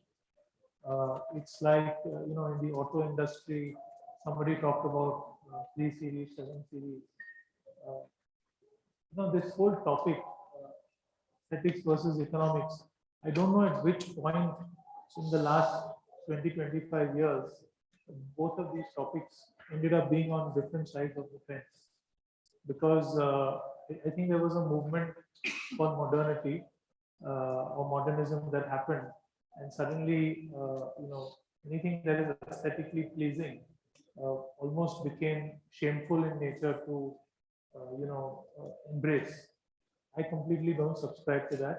Having said that, the modernist era gave us some of the best buildings that we know of today, and we learn from them.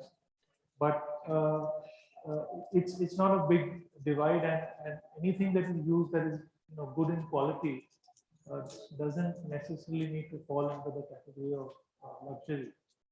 But having said that, one small thing that I do not agree with my friend in the previous panel is you'll be surprised at what all is available in this country. And the carbon offsetting of bringing something from Himachal to Bombay is far less than the carbon spent bringing it from Italy. So on a sustainable note, maybe that will help you make different decisions in the future. Great. So finally, what you meant to say is Sasta Tikao best, they go in one go only, which is what is expected from the client, and we have to have that thin line between kisko sasta karna hai, nahi karna hai. Am I right? Appropriate. So Rajesh, in terms of Havells as brand, how does your brand fit into this whole equation of economics, aesthetic, luxury? Yeah, Manish, we strongly believe that this aesthetics, functionality, and economics should go in parallel. Because if you look at over a period of time, if you look at in a modern office, maybe 5 years back, about 90% of the lighting used to be functional lighting, and only about 10% used to be decorative. But in the current scenario, it is like 50. So with post-pandemic, the corporates welcoming the employees back to office, they want to make it more warm, they want to make it more engaging. So more than about 50% of the lighting is still done by the decorative stuff. So that is one paradigm shift which has happened in the modern space. And even if you look at the function lighting as well, people doesn't want to use a normal 2x2s or a downlighters, or a linear fixture. Even in that, people look for different shades, curves, deep recessed downlighters. So there is a complete paradigm shift which has happened in the lighting industry in coming with this aesthetic part which is coming in. Maybe 10 years back, there was absolutely no aesthetic. People were looking at light as only a illumination. Now light is much beyond illumination. So we as a company strongly believe that all these things should go in parallel. So what we did is that, we went to the customers, we showed to the architects with the end users and develop a product which can fit in their budget as well. Because all these decoratives coming in, but still customer doesn't want to pay. They want to still do the office maybe with at 50 or 100 rupees per square feet. So all that pressure is always there on us. But with our R&D and with our manufacturing facility, we could try and bring a solution which is more or less meeting the budget of the customer. But to answer your question, yeah, there is a complete paradigm shift which has happened as far as the decorative lighting is concerned. I think we all have seen a great shift in the last 3 years with the pandemic happening and the way our customers are expecting things out of all of us today. Yeah. So, Santa, there's one more question for you. Do you think how can we ensure that architecture interior design is accessible to people of different income group and just not for the people who are spending money? Well, you have a lot of these. I'll take names. I'm sorry, but you have correct. You have a lit space. You have a bodega. You have so on. I'm sorry. No offense to anybody, but you have those which are accessible to all kinds of budgets. IKEA. Yes, thank you, Jasmine. So you have these brands which are make good design accessible to a lot of people. Yeah. And Padmini, does cultural value and social expectation impact the balance between aesthetic and economics in architecture and interior design? Yeah, tough question. Thank you, Manish. Yeah, see, I mean, it does. I mean, I'll just make it simpler by giving an example. Like if you're doing a residence interiors, okay? So you're talking about cultural and you're talking about social. So, like I'm currently designing a 5-storied house in Thar, which is owned by a Gujarati family and a joint family having 5 generations in the same house. Okay. Tough life, tough life. Yeah? Tough life. Very tough. But I'm having a blast also, but it's still tough. But I'll explain the social and the cultural thing there. So imagine it's 5 generations and they are so different. Of course, the youngest generation wants all that tech and this and that, and the oldest generation wants hospital beds and the attendant room and all that stuff happening there. So imagine balancing that whole thing, and budget is not an issue. I wouldn't say, I mean, because that's not the point, but balancing that whole 5 generations. What was the budget? That has still not come to, but anyway, the point is that balancing that 5 generations in terms of design, I'm talking purely design or nothing else.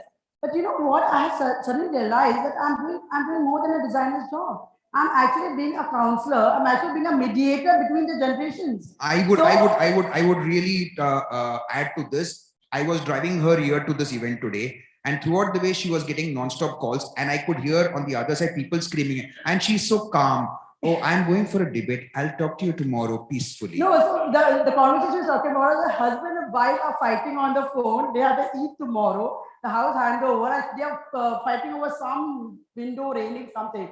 And I actually told them, guys, calm down, calm down. There's nothing to fight. It's not the end of the world.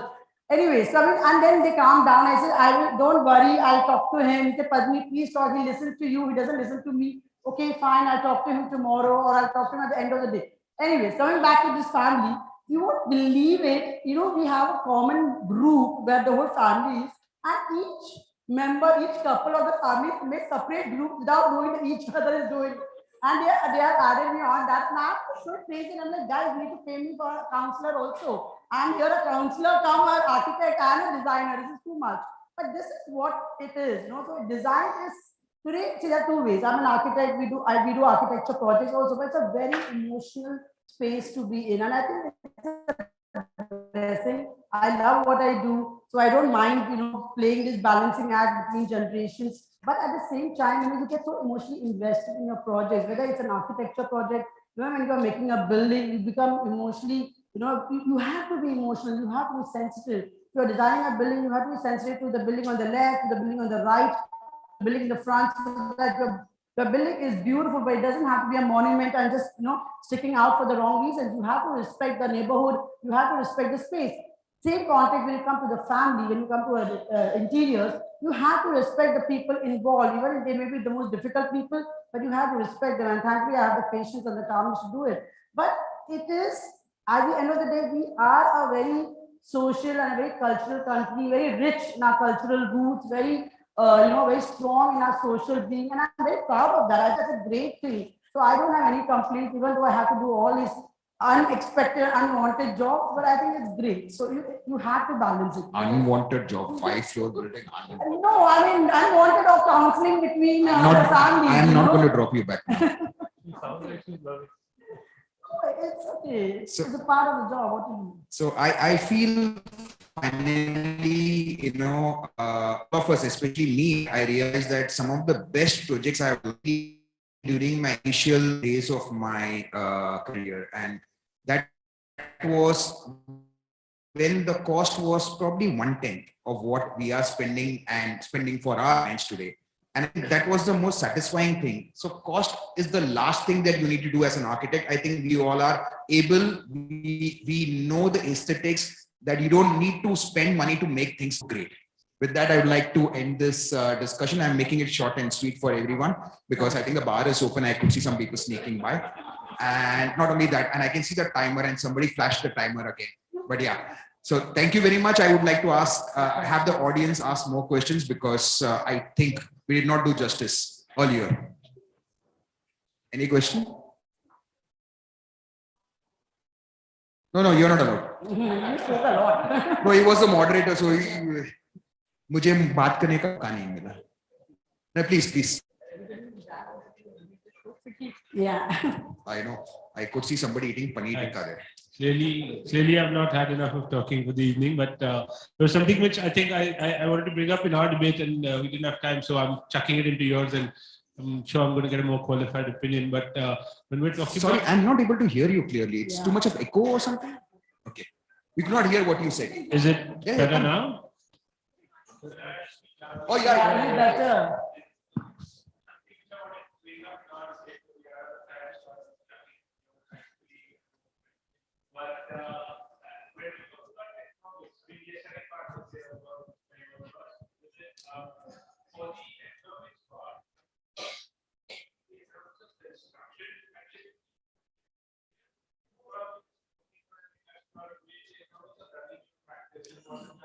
No, the first one, the not about running your business, because I think that turns to a different direction. Then there's my question. So thanks. But I would like to add one point to this, guys. So, when you say aesthetic versus economics, I think it should not just be about the economics of, in terms of money. I think it should be economics of design as well, because sometimes we architects get so carried away and we are so excited about the project. And, as some of the next gen guys mentioned that, you have to do this, you have to do that. We have to not over design, we have to understand what the project needs and where it's located and the context and whom are we catering to, and it should not become a personal monument for us. It's not about us actually, it's about that. So I think we should also look at it from economics of design. Also, it's very important, just versus economics of money. That's how I see it. I want to add one thing. I think we are sitting in a live example of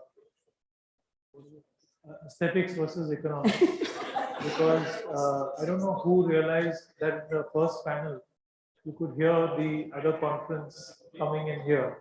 So clearly, the aesthetics point, I'll not comment.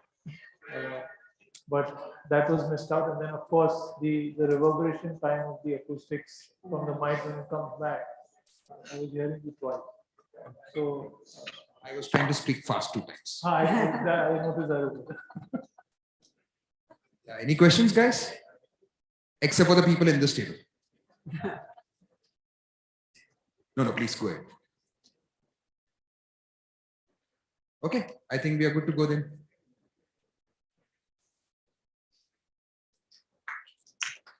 Thank you. Surprised us all by ending it so quickly. Are we sure there are no more questions from the audience? There were a few hands raised during the next gen panel. No? Okay.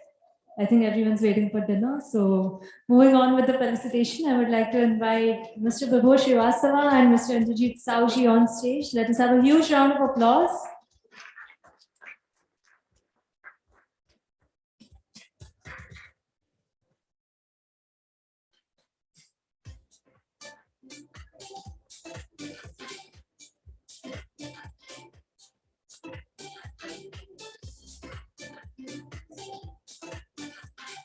Carl Wadia, Senior Associate, Architect Hafiz Contractor.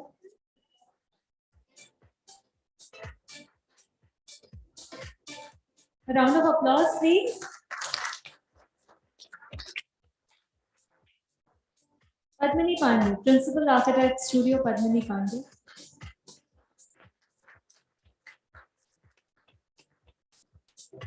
Rajesh Pillai, National Sales Head, Professional Lighting, Havells India.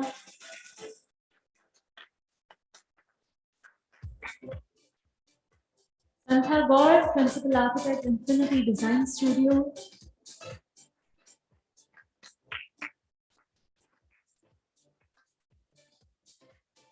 And of course, our dear moderator, Mr. Manish Dikshit, Design Principal, O Architects.